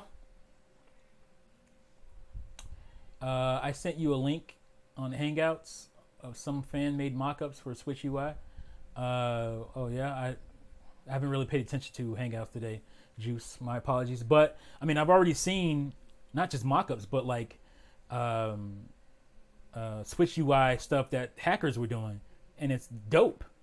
I'm sure you've seen a lot of that too, Juice. So, um, why do you think Nintendo hasn't really updated the UI for Switch after almost 3 years, other than adding a few useless features? I don't know. These are again the way the UI was set up, the way that it was so bare bones. I thought for sure they were just setting it up to where they could easily implement these things. Like I said, they have the themes section where they could go in and say, "Oh, you want Mario theme, $1.99 or whatever," and they can make money off of it, and people would happily buy it. It wouldn't be something egregious, I don't think, because the 3DS has it. You know, so we're used to it. It's a shame that the 3DS outdoes the Switch in the UI department. It is a shame. That's what I'm saying. It's a shame that it's this way. It shouldn't be this way. It's a shame. You're right, Renee. Surprised no themes like 3DS by now. Yep, me too, username. It's hard to navigate the Switch games. Very hard. Because I was doing it the other day. I was like, let me see. Because there's some early on digital only games that I bought. I wanted to play Fast RMX, and I had to go dig to play that game. And I actually ended up not playing it because I recently switched over my stuff to my new memory card. And even though it's sitting there, I thought I could play it, but I had to download it. So I ended up clicking it and had to download it again, not realizing it. And then I just never ended up playing it. But that's the kind of stuff that, I mean, that not that part, but just it's just annoying that you have to dig to play these games. And a lot of my digital games were early on. They were like stuff that I bought within the first year. I still occasionally get stuff, especially if it's on a crazy sale. I just got Manticore, which was like $6, and that game's pretty cool if you like space shooters. But you know, I don't see those games. They're out of sight, so they're out of mind because they're beyond my home screen. I have to go digging in that trash bin. It's technically, it's like a trash bin. Imagine like storing stuff on your computer in the for you PC guys in the recycling bin, and for Mac guys in the trash bin. Imagine storing just files in there, and having to go in there and scroll through them to play an app or use the app that you want. That's what it's like. It's very much like that on Switch, and it shouldn't be. Let's see. Can I click this link here without giving me problems? I'm afraid to click it with the way my PC's been acting. I'll check it out later. Fiji, I miss you. Oh, Miiverse. Totally miss Miiverse. Miiverse added a lot more personality to the Switch, obviously. I just don't know. Or Wii U. I don't know why they got rid of it. I don't know why they did it. I just, was it cost? Maybe it cost them because there were people monitoring it. There were, what do you call them? Moderators and whatnot. So that was another extra cost to them. But was it really that much? I mean, I don't know. It was just cool to be able to go into little communities and talk about specific games that you were playing. That's so cool to be able to do. And it was just always cordial because it had to be. And it was just a good space, quote unquote, safe space to go and just talk about that game specifically that you were playing. And people were really, supportive and wanted to help you and all that. It was just fun, man. And Miiverse had really cool features too. Like I talk about Deus Ex Human Revolution Director's Cut on Wii U. You could leave like voice messages for other players in certain areas in the game. That's dope. That's the kind of stuff. That's that fourth wall stuff. Is it fourth wall? That's the kind of stuff that's really cool in gaming. And it's like it never existed right now because it's gone. And so it's one of those things that's going to be lost to. It's going to be lost to the history of gaming. Miiverse is. and that's very sad to me. Again, as a historian of gaming, I like to call myself, or think of myself. True, and they definitely had all of these features before, but booting up Wii U compared to the Switch is standby and always on features. I'm sure it takes up quite a bit. Yeah, no. the the biggest thing with the Wii U booting up and all that was Wada Wada Plaza and Miiverse. That was its biggest thing because my PS4, obviously it's more powerful than Switch, but we're talking about the UI here. Boots up fairly quickly if I put it in rest mode or whatever. I can jump right back into the game where I was. So it's not having a UI that isn't just a blank piece of paper. It's not that. Obviously, that could help it in on the edges of as far as the speed and whatnot. But the thing that dragged Wii U's user interface down was having to talk with the gamepad. One, the Wada Wada Plaza, the Miiverse. It's just the way all that was set up was what made it slow. Not having a user interface that wasn't just a bare bones thing. Because my iPhone has a really nice user interface, and I'm pretty sure my Switch is more powerful than it, and I can hop into things pretty quickly. If I power off my iPhone, turn it back on, it's not that big of a deal, to be able to turn it on and get into a game or something. So yeah, there were other things that bogged down the Wii U interface that had nothing to do with how it looks, or having colors. I mean, come on, colors beyond black and white. It's just they're just reluctant to do it. I think it has more to do with I don't know what it has to do with. Yeah, zippiness may be a part of it, but I just think Nintendo on the Switch is focusing more on hacking than anything else, and maybe that's what's bogging down this stuff. Funnily enough, it's just like these guys want this stuff, but the fact that they're breaking the system to do it is what's holding that stuff from coming back or coming out from Nintendo, possibly. It's kind of weird. All right, where are we? True, and they definitely had all the features. Yeah, I read that already. Why don't we have themes on Switch? Your guess is as good as mine, Kaon. You need IPA to clean out that cart. Yeah, I know. I mean, I just recently started having that issue, like within the last month or so. But yeah, I'll definitely get IPA to do it. Phantasm Wolves in sup, first time being here. Well, I appreciate you. Thank you, Phantasm. How you say it? Wolves or Wolves? I'm guessing.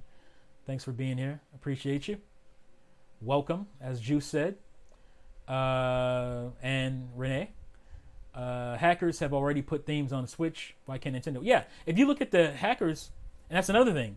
We already have a example of where there's themes on Switch, and it's not really affecting the zippiness of it from what these guys are doing. So you can't blame it on the speed of the system because we already have examples. I'm sure Nintendo really doesn't like the fact that these things are out there, proving at least that talking point wrong because we already have it. I think this is the difference between Iwata's Nintendo and the current Nintendo. As Juice agrees, so do I. Who said that? Renee. I mean, that's a big part of it. I've kind of hinted at that because I know people get, a little upset when you say such and such things about Nintendo's quality and how it's different now, and how they feel like they value the customer. Well, it doesn't feel like it. I know they value the customers way better in previous generations, and to see what they're doing now, it's just like we're in the money. We're in the money. La, la, la, la. What's your problem? I don't hear it. We're in the money. So this is what we have to deal with. Can't wait for the direct. I do believe It should be sometime January after the whole GameStop leak stuff. Yeah, I think it's gonna be pretty soon. Like I said, I don't know if you were here for that, but I think it's gonna be next week. And that's not some kind of crazy, crystal ball prediction. It's just, to me, it's just again, a common sense kind of, information based suggestion. But didn't they say the Switch is Iwata's last thing he was working on? Yeah, the Switch concept, all that stuff is Iwata's baby. Like what he did as far as merging the 3DS division into console stuff for Switch, the setup, all that is him. But we're talking about this is beyond Iwata now. The UI, this is updates and things like that. I'm sure he didn't have long-term plans for updates and all that ahead of time. This is stuff that other people have taken over in the company, I believe. As far even like marketing, he may have had the initial market rollout for Switch. He may have a lot to do with that. But beyond that, this is the company. And I think pricing and all that stuff has nothing to do with Iwata. Because this is a guy, remember, who took pay cuts when the Wii U wasn't doing well. He took a pay cut. He had all his other people take pay cuts. He didn't lay anybody off. And he offered, even in the midst of Wii U, obviously they never really took the price down for Wii U, but the games, we still had, what do they call, the player's choice, stuff like that.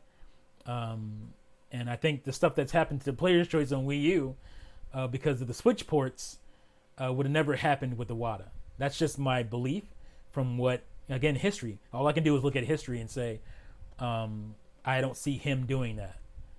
And, we got a younger, newer guy in there who's, he's not the personality Iwata was. He's not a guy from gaming. He didn't grow up with a studio. That's not how he got into gaming. He is a business guy first, and in a lot of ways that's good, but it is also bad because businesses a lot of times think short term. Terminator Juice will tell you this. He had a great story about his company and how they basically sacrifice long term goals or long term good for short term profits, and that's my worry. You guys who complain about us complaining about these things, who get on us and say, oh, it's all good, everything's fine, when we talk about these things that we think will hurt Nintendo in the long run. Not every system Nintendo comes out with is going to sell the way Switch is. And if they've burned people, if people have seen these practices, they're not going to be as easily swayed to come into the next console if they remember Nintendo doing these types of things, or if these things get worse. It's when it gets worse, it's too late.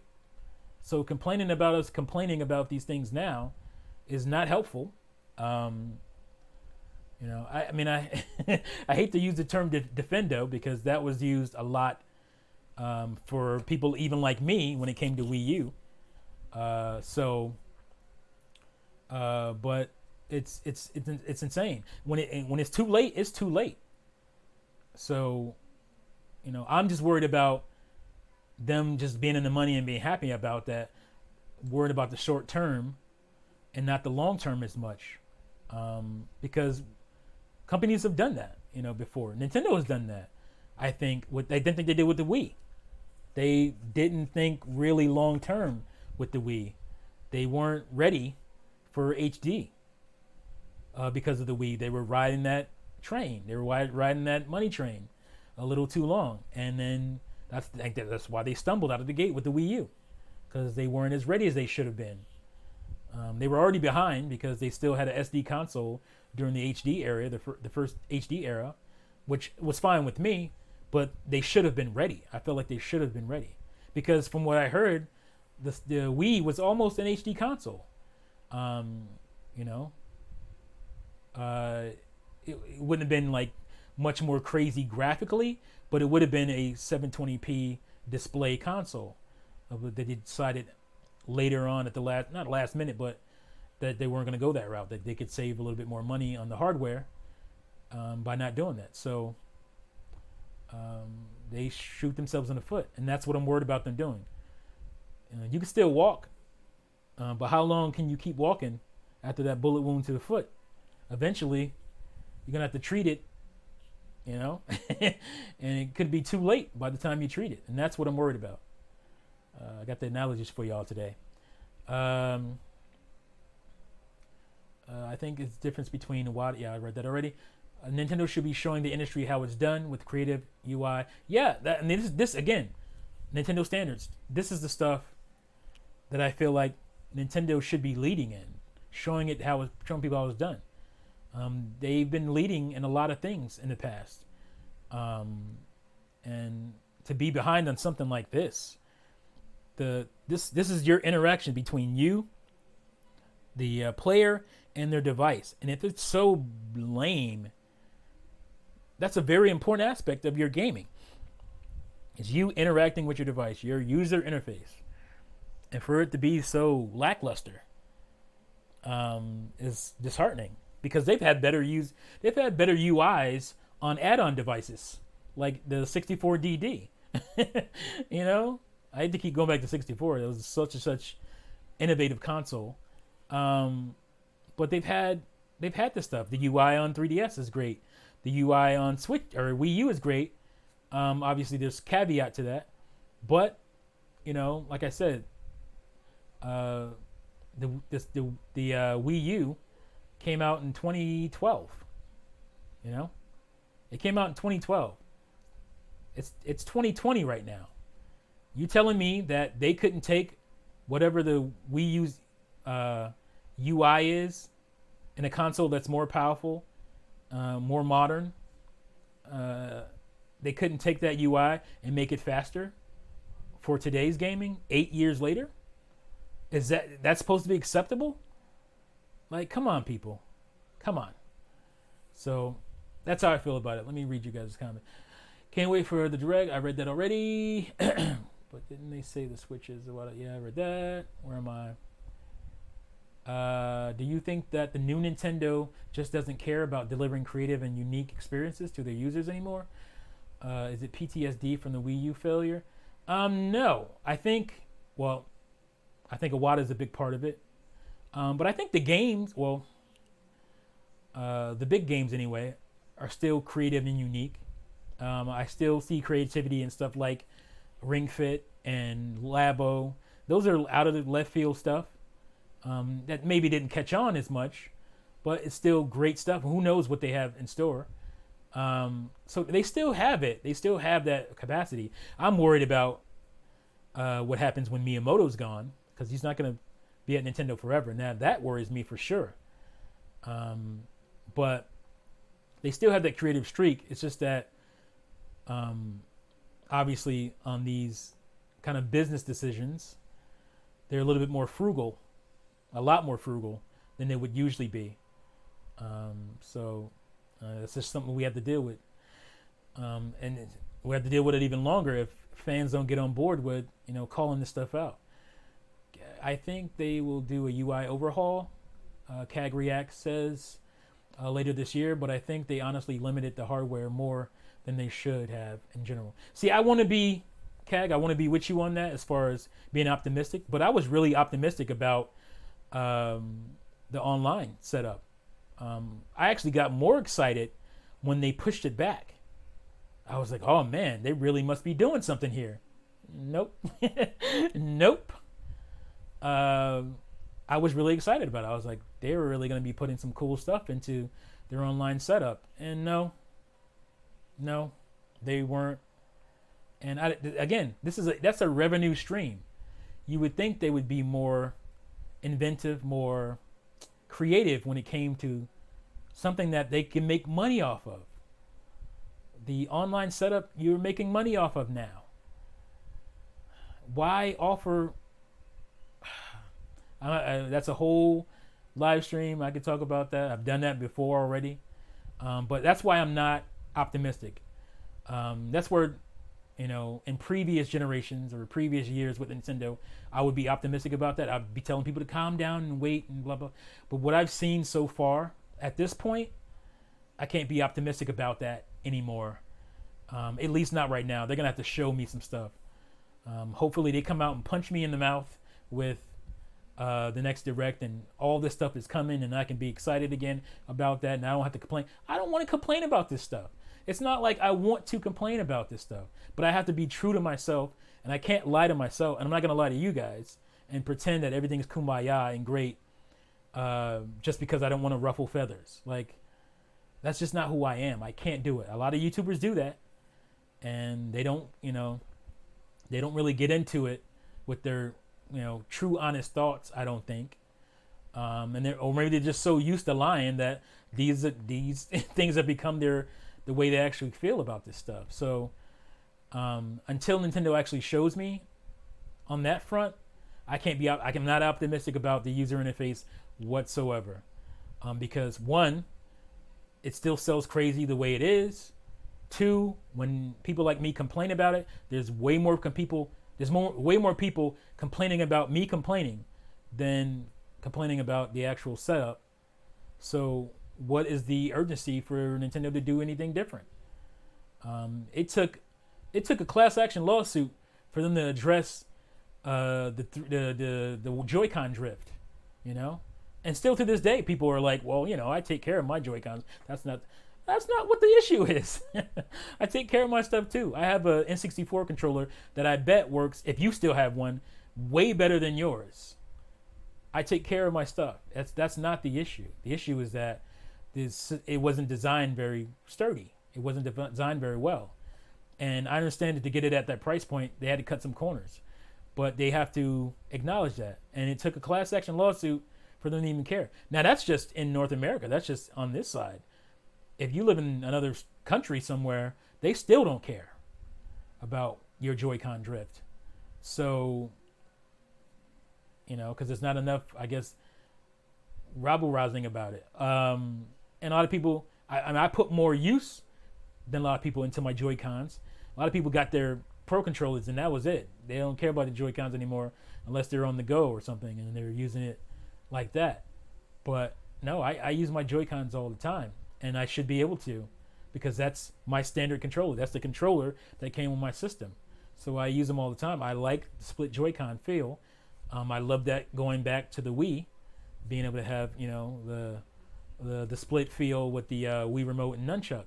So I expected the same quality from a quality company, and we're not getting that. So let's see. Did I read that already? Let's see. Renee, I agree with you 100%, but defenders will argue about it being okay because the games didn't sell on the Wii. I missed you guys' conversation. What Renee said, the defenders wanted a more business Nintendo. Yeah, and now they got it. And, apparently they're fine with it. I don't believe they're fine with it. I just they don't want to ruffle feathers. They want to, everything is good at Nintendo. Kumbaya, it's all great. Stop complaining. Everything is wonderful. So, I think they quietly suffer, but they don't want to say it, or they just overlook things to not affect their world. Like I want to be in my box where everything is perfect and fine, and I don't want to hear any outside noise. Well, you don't have to hear outside noise. There's a way to get away from all that, but that's a pretty sad existence. You're missing a lot of stuff acting that way and being that way. What are everyone's thoughts on DLC Fighter 5 for Smash? I feel like there's a chance for me personally that Crash Bandicoot will join even after the Fighters. I mean, it's possible that Crash could show up at some point. I wouldn't be surprised if he did. My hopes anyway is for Travis Touchdown, somebody like that. I could live with Rayman at this point, even though when it was first suggested back on the Wii U, I wasn't happy about it because of how I felt about Ubisoft in those days. So, but I'm over that now. Renee, he's talking to Phantasmals. I think Ryu Hayabusa is gonna be the fifth fighter. Oh yeah, Ryu from oh my God, Ninja Gaiden. Ryu Hayabusa. Yeah, that's a possibility. Wouldn't mind that at all. I love my ninjas. Ninja representation is always good. We only have one ninja, right, at this point, and that's Sheik. I think, let's see, Miiverse was sweet. I miss it, says Maurice. Yeah, man, me too. When Nintendo made the Switch, they only had one focus, games. That's why the rest is lackluster. Like, how come we don't have Netflix? It's not important for Nintendo, not even after 2 years. Yeah, I mean, I understand that. I'm glad they made games an emphasis.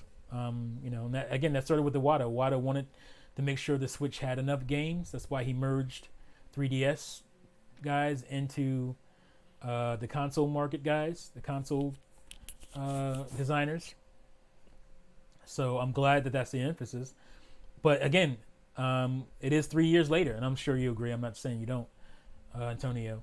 At this point, your games, they're there. You should have people focusing on this other stuff.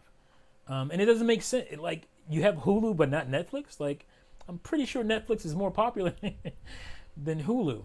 And again, I don't care. I don't use Hulu, Netflix, none of that stuff on my Switch. I don't care because I have too many devices that I'd rather, waste, the memory or whatever on, waste the wear on. I don't want to wear my Switch out because it's already proven to be fragile as it is. I don't want to wear it out on YouTube and Netflix.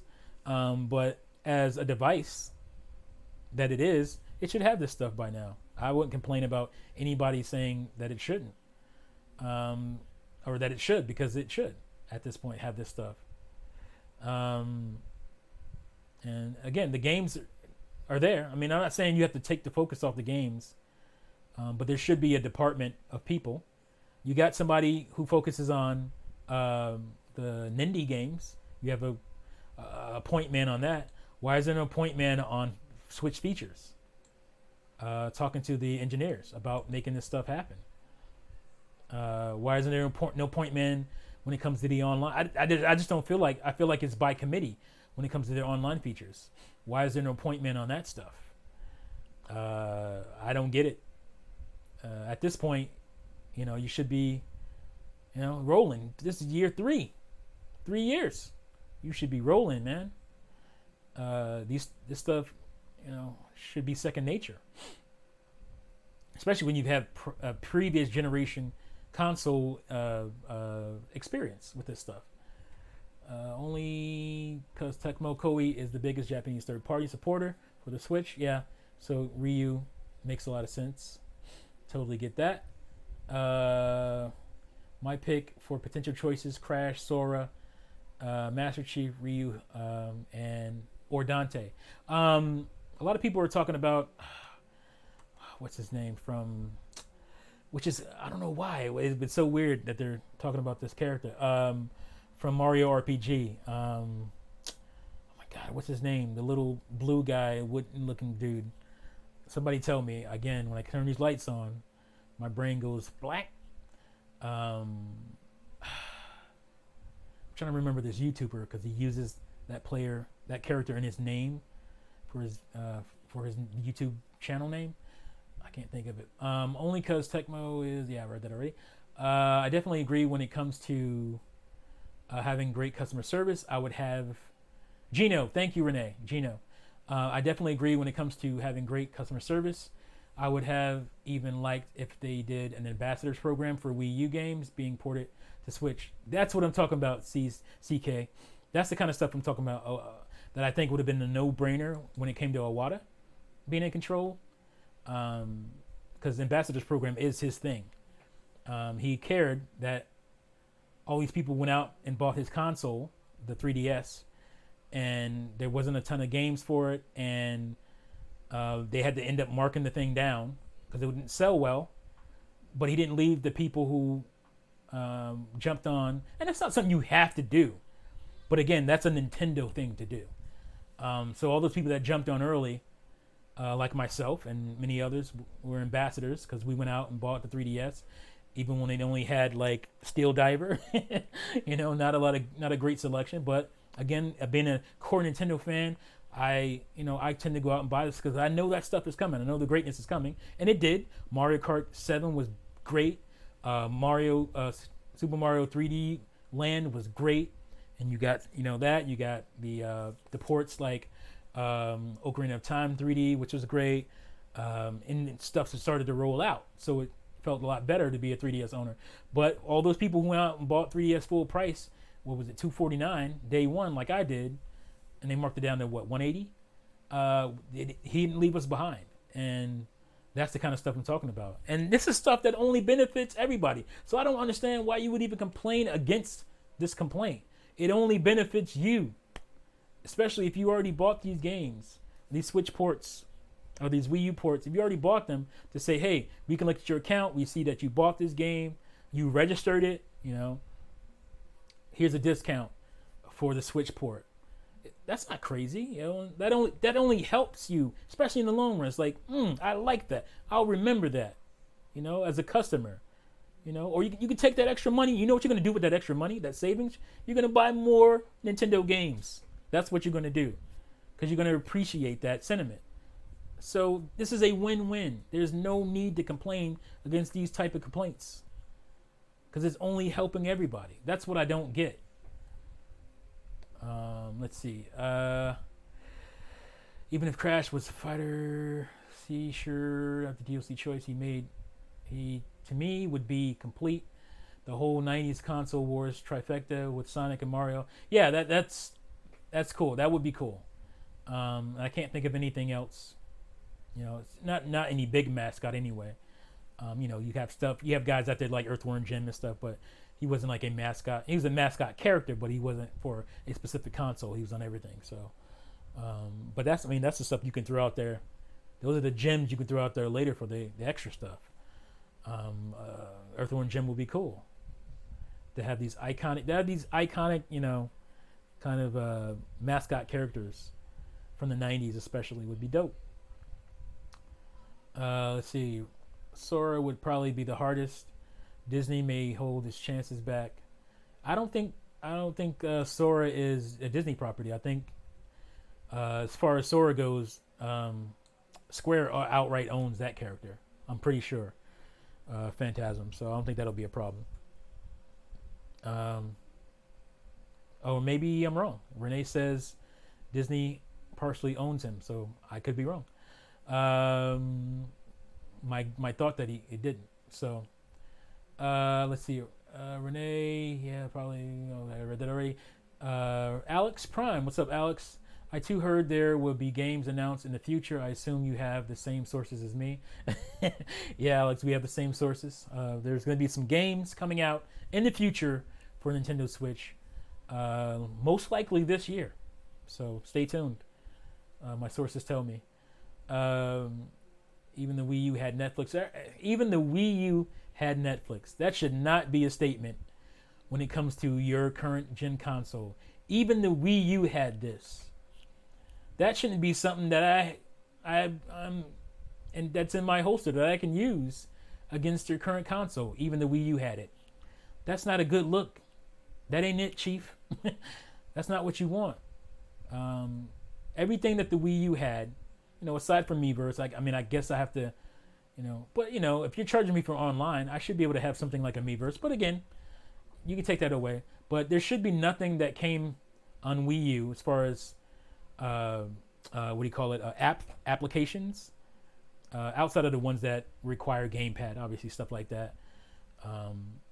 There should be nothing on Wii U that I can't do on Switch. You're supposed to build up features wise, and the Wii U didn't do this, and people say the Wii U failed, so they didn't bring this stuff.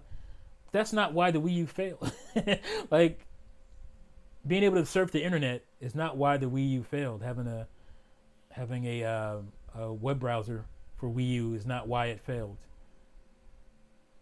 It failed in spite of these things. It failed in spite of having a Netflix app. A Netflix app is not why it failed. What is this argument that people are trying to make? It's so strange. 3DS had Netflix. Thank you, K on Nintendo. I forgot about that. But eventually it updated out to where you can't use it. You couldn't use it. But yeah, 3DS had Netflix. Not a good look for Switch. A device that looks like a tablet to not have these things. Yeah, everybody says Gino. I got that. Yeah, Gino. That's it. Alex. CK. Thank you guys. Yeah, it was Gino. Papa Gino. Thank you. That's who I'm talking about. Papa Gino, my dude. He was the one that got me believing that that Banjo and Kazooie were coming to Smash, because he was the one that pointed out the stitching on this new what do you call it? I guess like not toy, I guess, I don't know if that's statue. A new statue was coming out for Banjo Kazooie around the that was going to be announced at E3, and he noticed that it had this stitching that every character, just about every character in Smash Brothers had that same stitching, and that's how I was like, damn, that is observant as hell, and he was right. Besides Renee, Konami has Snake, Simon, Richter. Capcom has Mega Man, Ryu, Ken. Each seem to have 3 for a brand. Imagine it would be Cloud, Hero, and maybe Sora. Yeah. We'll see. I'm gonna guess that I'm pretty sure that the next Direct will have the 5th fighter and whatnot in it. So, Gino would be lame. Yeah. What I was gonna say is that I'm surprised that all these people are coming out for Gino. I just thought that was why. That's kind of weird. There hasn't been a Mario RPG since 1995 it came out. So I'm just kind of weirded why everybody wants that at this point now. It's cool. But why is everybody on Gino right now? I don't know. Is there something happening that I don't know about? I don't know. Square Enix licensing is very expensive. That's why Final Fantasy VII representation is very lackluster. Yeah, so it's possible. Let's get Twintel. We need ARMS representation. That'd be cool. I mean, these are Nintendo characters, and I hope we get a new ARMS at some point. Constructive criticism is a good thing. That's right, Antonio. Renee, I was surprised Dragon Quest has enough representation. Maurice, Earthworm Jim, laughing my ass off. What were they on? That game is hype. Yeah, that game is crazy. Earthworm Jim, with definitely some programmers getting high and coming up with that game. But a lot of that, I think the 90s in general had a lot of that, especially with 90s animation, like Nickelodeon stuff, especially. Like, that's when you got the weird kind of psychedelic. You got stuff like Ren and Stimpy and stuff, and that's what Earthworm Jim reminds me of. It's that era with just some weird stuff going on. Wii U had Netflix and folders. Yes, that is true. I still have folders. I showed that earlier. I don't know if you caught that, Alex. I showed my 3DS and the folders and all the stuff that 3DS can do that Switch can't, which is insane. Yeah, Wii U. Even the Wii U didn't drift. Yeah. No. Actually, there is, I don't know if you guys have had this problem, but I actually just recently played my Wii U again.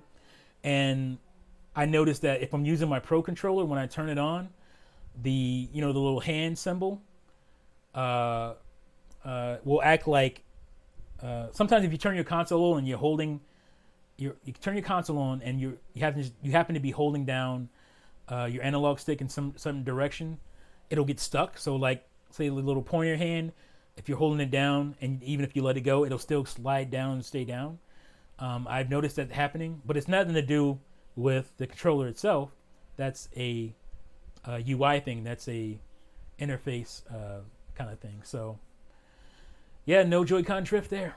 And they had to kind of cheap out to some degree on the gamepad, so it wouldn't be super expensive. So they had to cheap out on that device, but it's still a very solid device, very sturdy.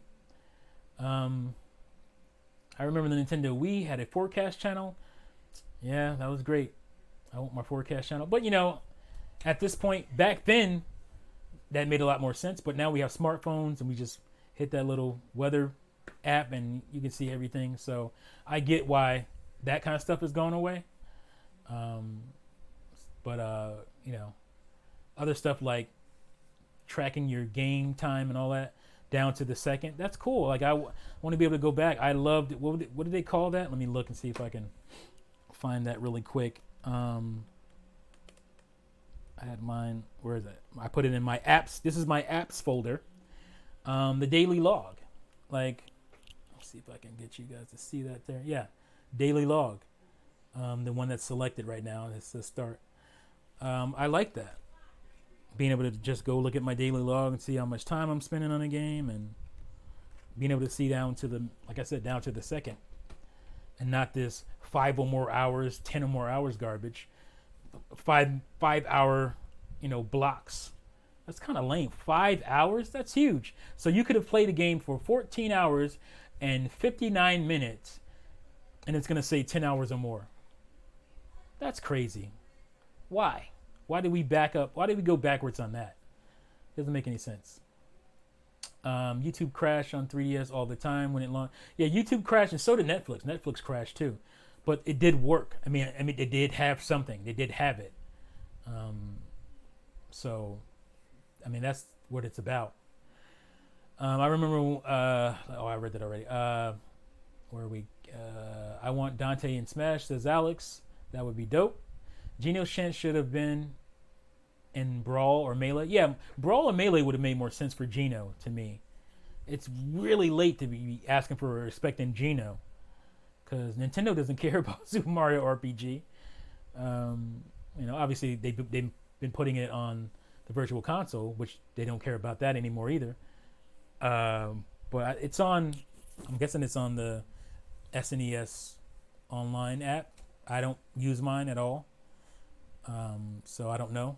But Astral Chain, Avatar, and Legion would be great for Smash. You don't hear a lot of people saying Astral Chain avatars, because I don't think Astral Chain did super well. I think it did well, but I don't think it did so well that people are like, oh man, I love those characters. I want those characters in, Smash. I don't think that it's on that level. But yeah, Geno Chance, good observation there, Renee. Yeah, it should have been Brawl or Melee. Or you're looking for Geno. I just read that. Mario takes mushrooms. Yeah, Mario takes mushrooms while listening to Caribbean calypso music. I mean, that by a Japanese designer. So you have Japanese designers who making a game about an Italian plumber who listens to calypso music while eating mushrooms.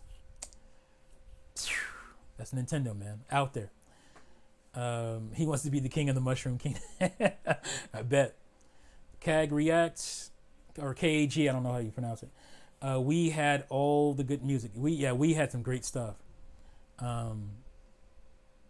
The Wii, the Virtual Console, the WiiWare.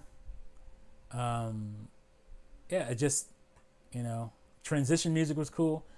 It had some great stuff. I think the music that sticks with me the most is Wii U stuff. That music really sticks with me. I spent a lot of time on the eShop. I love the eShop.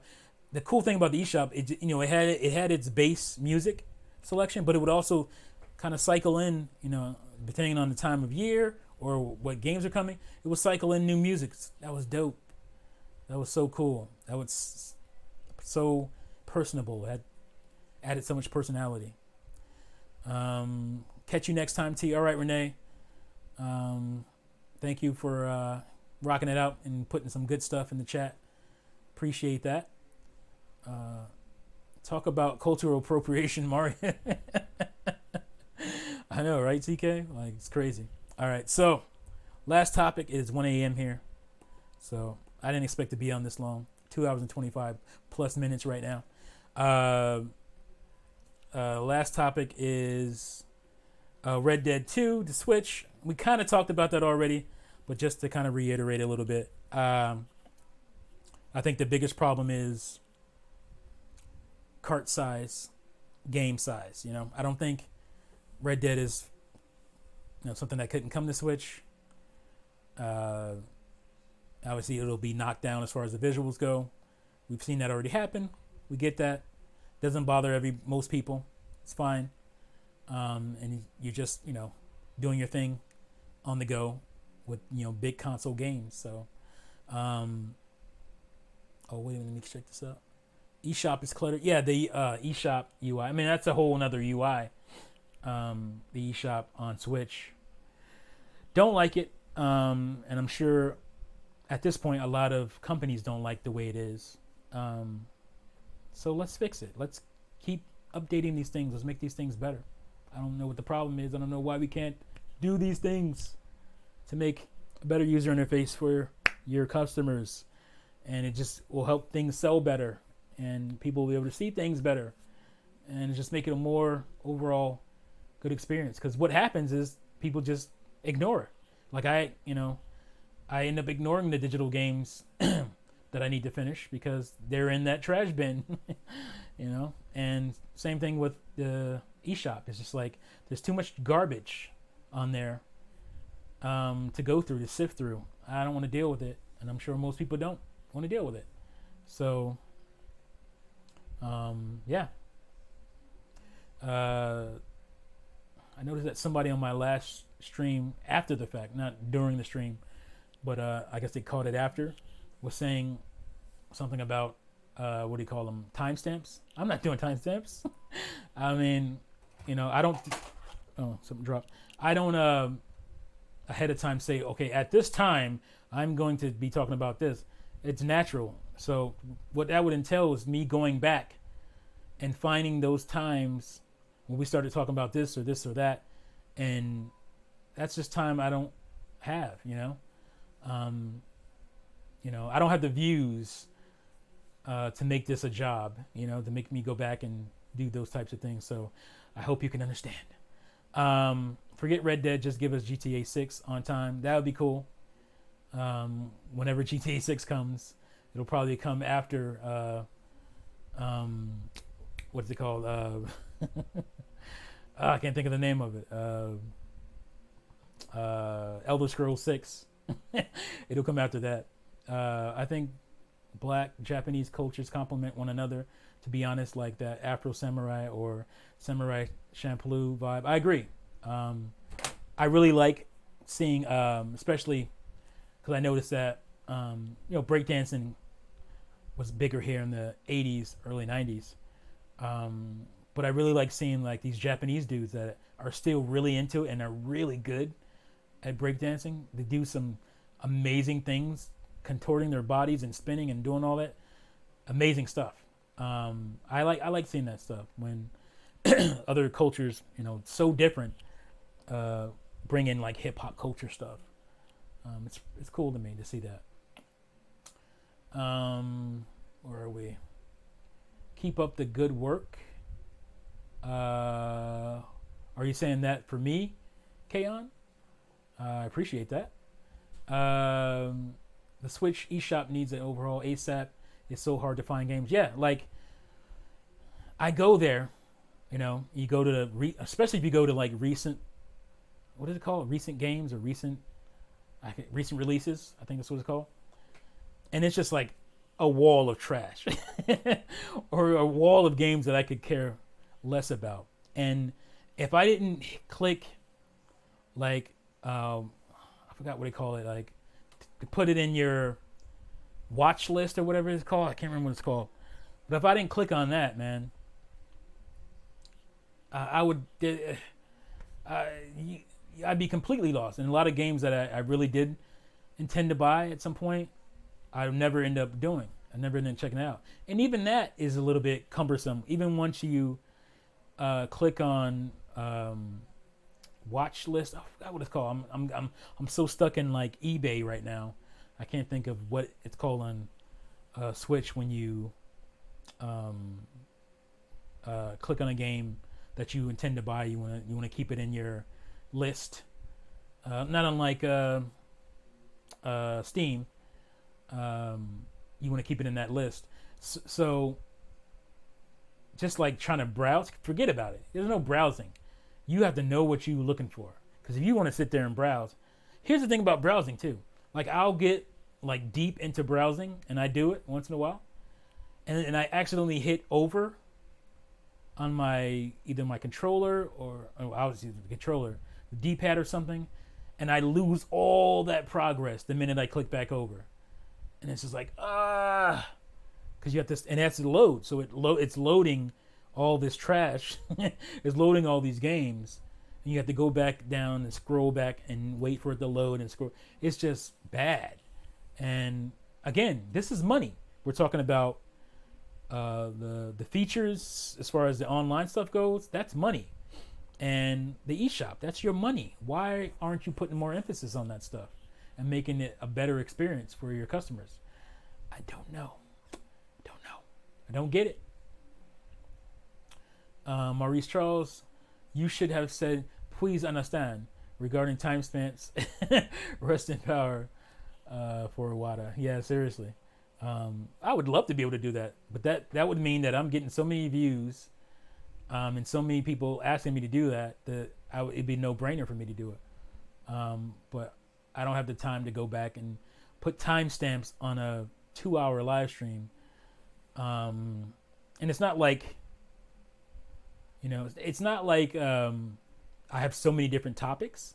I usually have like 3 topics. If, so it shouldn't be too hard to find. If you're looking for the first topic, I usually try to go in order. So as far as order of my title, if you're looking for the first topic, look for the first few minutes of the stream. Second topic is usually not, it's usually around the middle. Sometimes I'm long-winded with that first topic, but it might be like the last third, and then the last topic, I'm usually talking so long I don't spend a whole lot of time on it, or I've already gone over it in the last topic. Wish list. Thank you, Santiago. See, I have to rely on you guys in the chat to help my brain, because my brain doesn't work on simple little things when I get into these live streams. And your wish list. So I'm one of the few piano players in here. Oh, how do you know?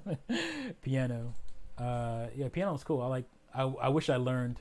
I don't have the discipline right now to learn it, but I'm just gonna stick with my guitar because I started learning that a long time ago. So I'm already in on that. So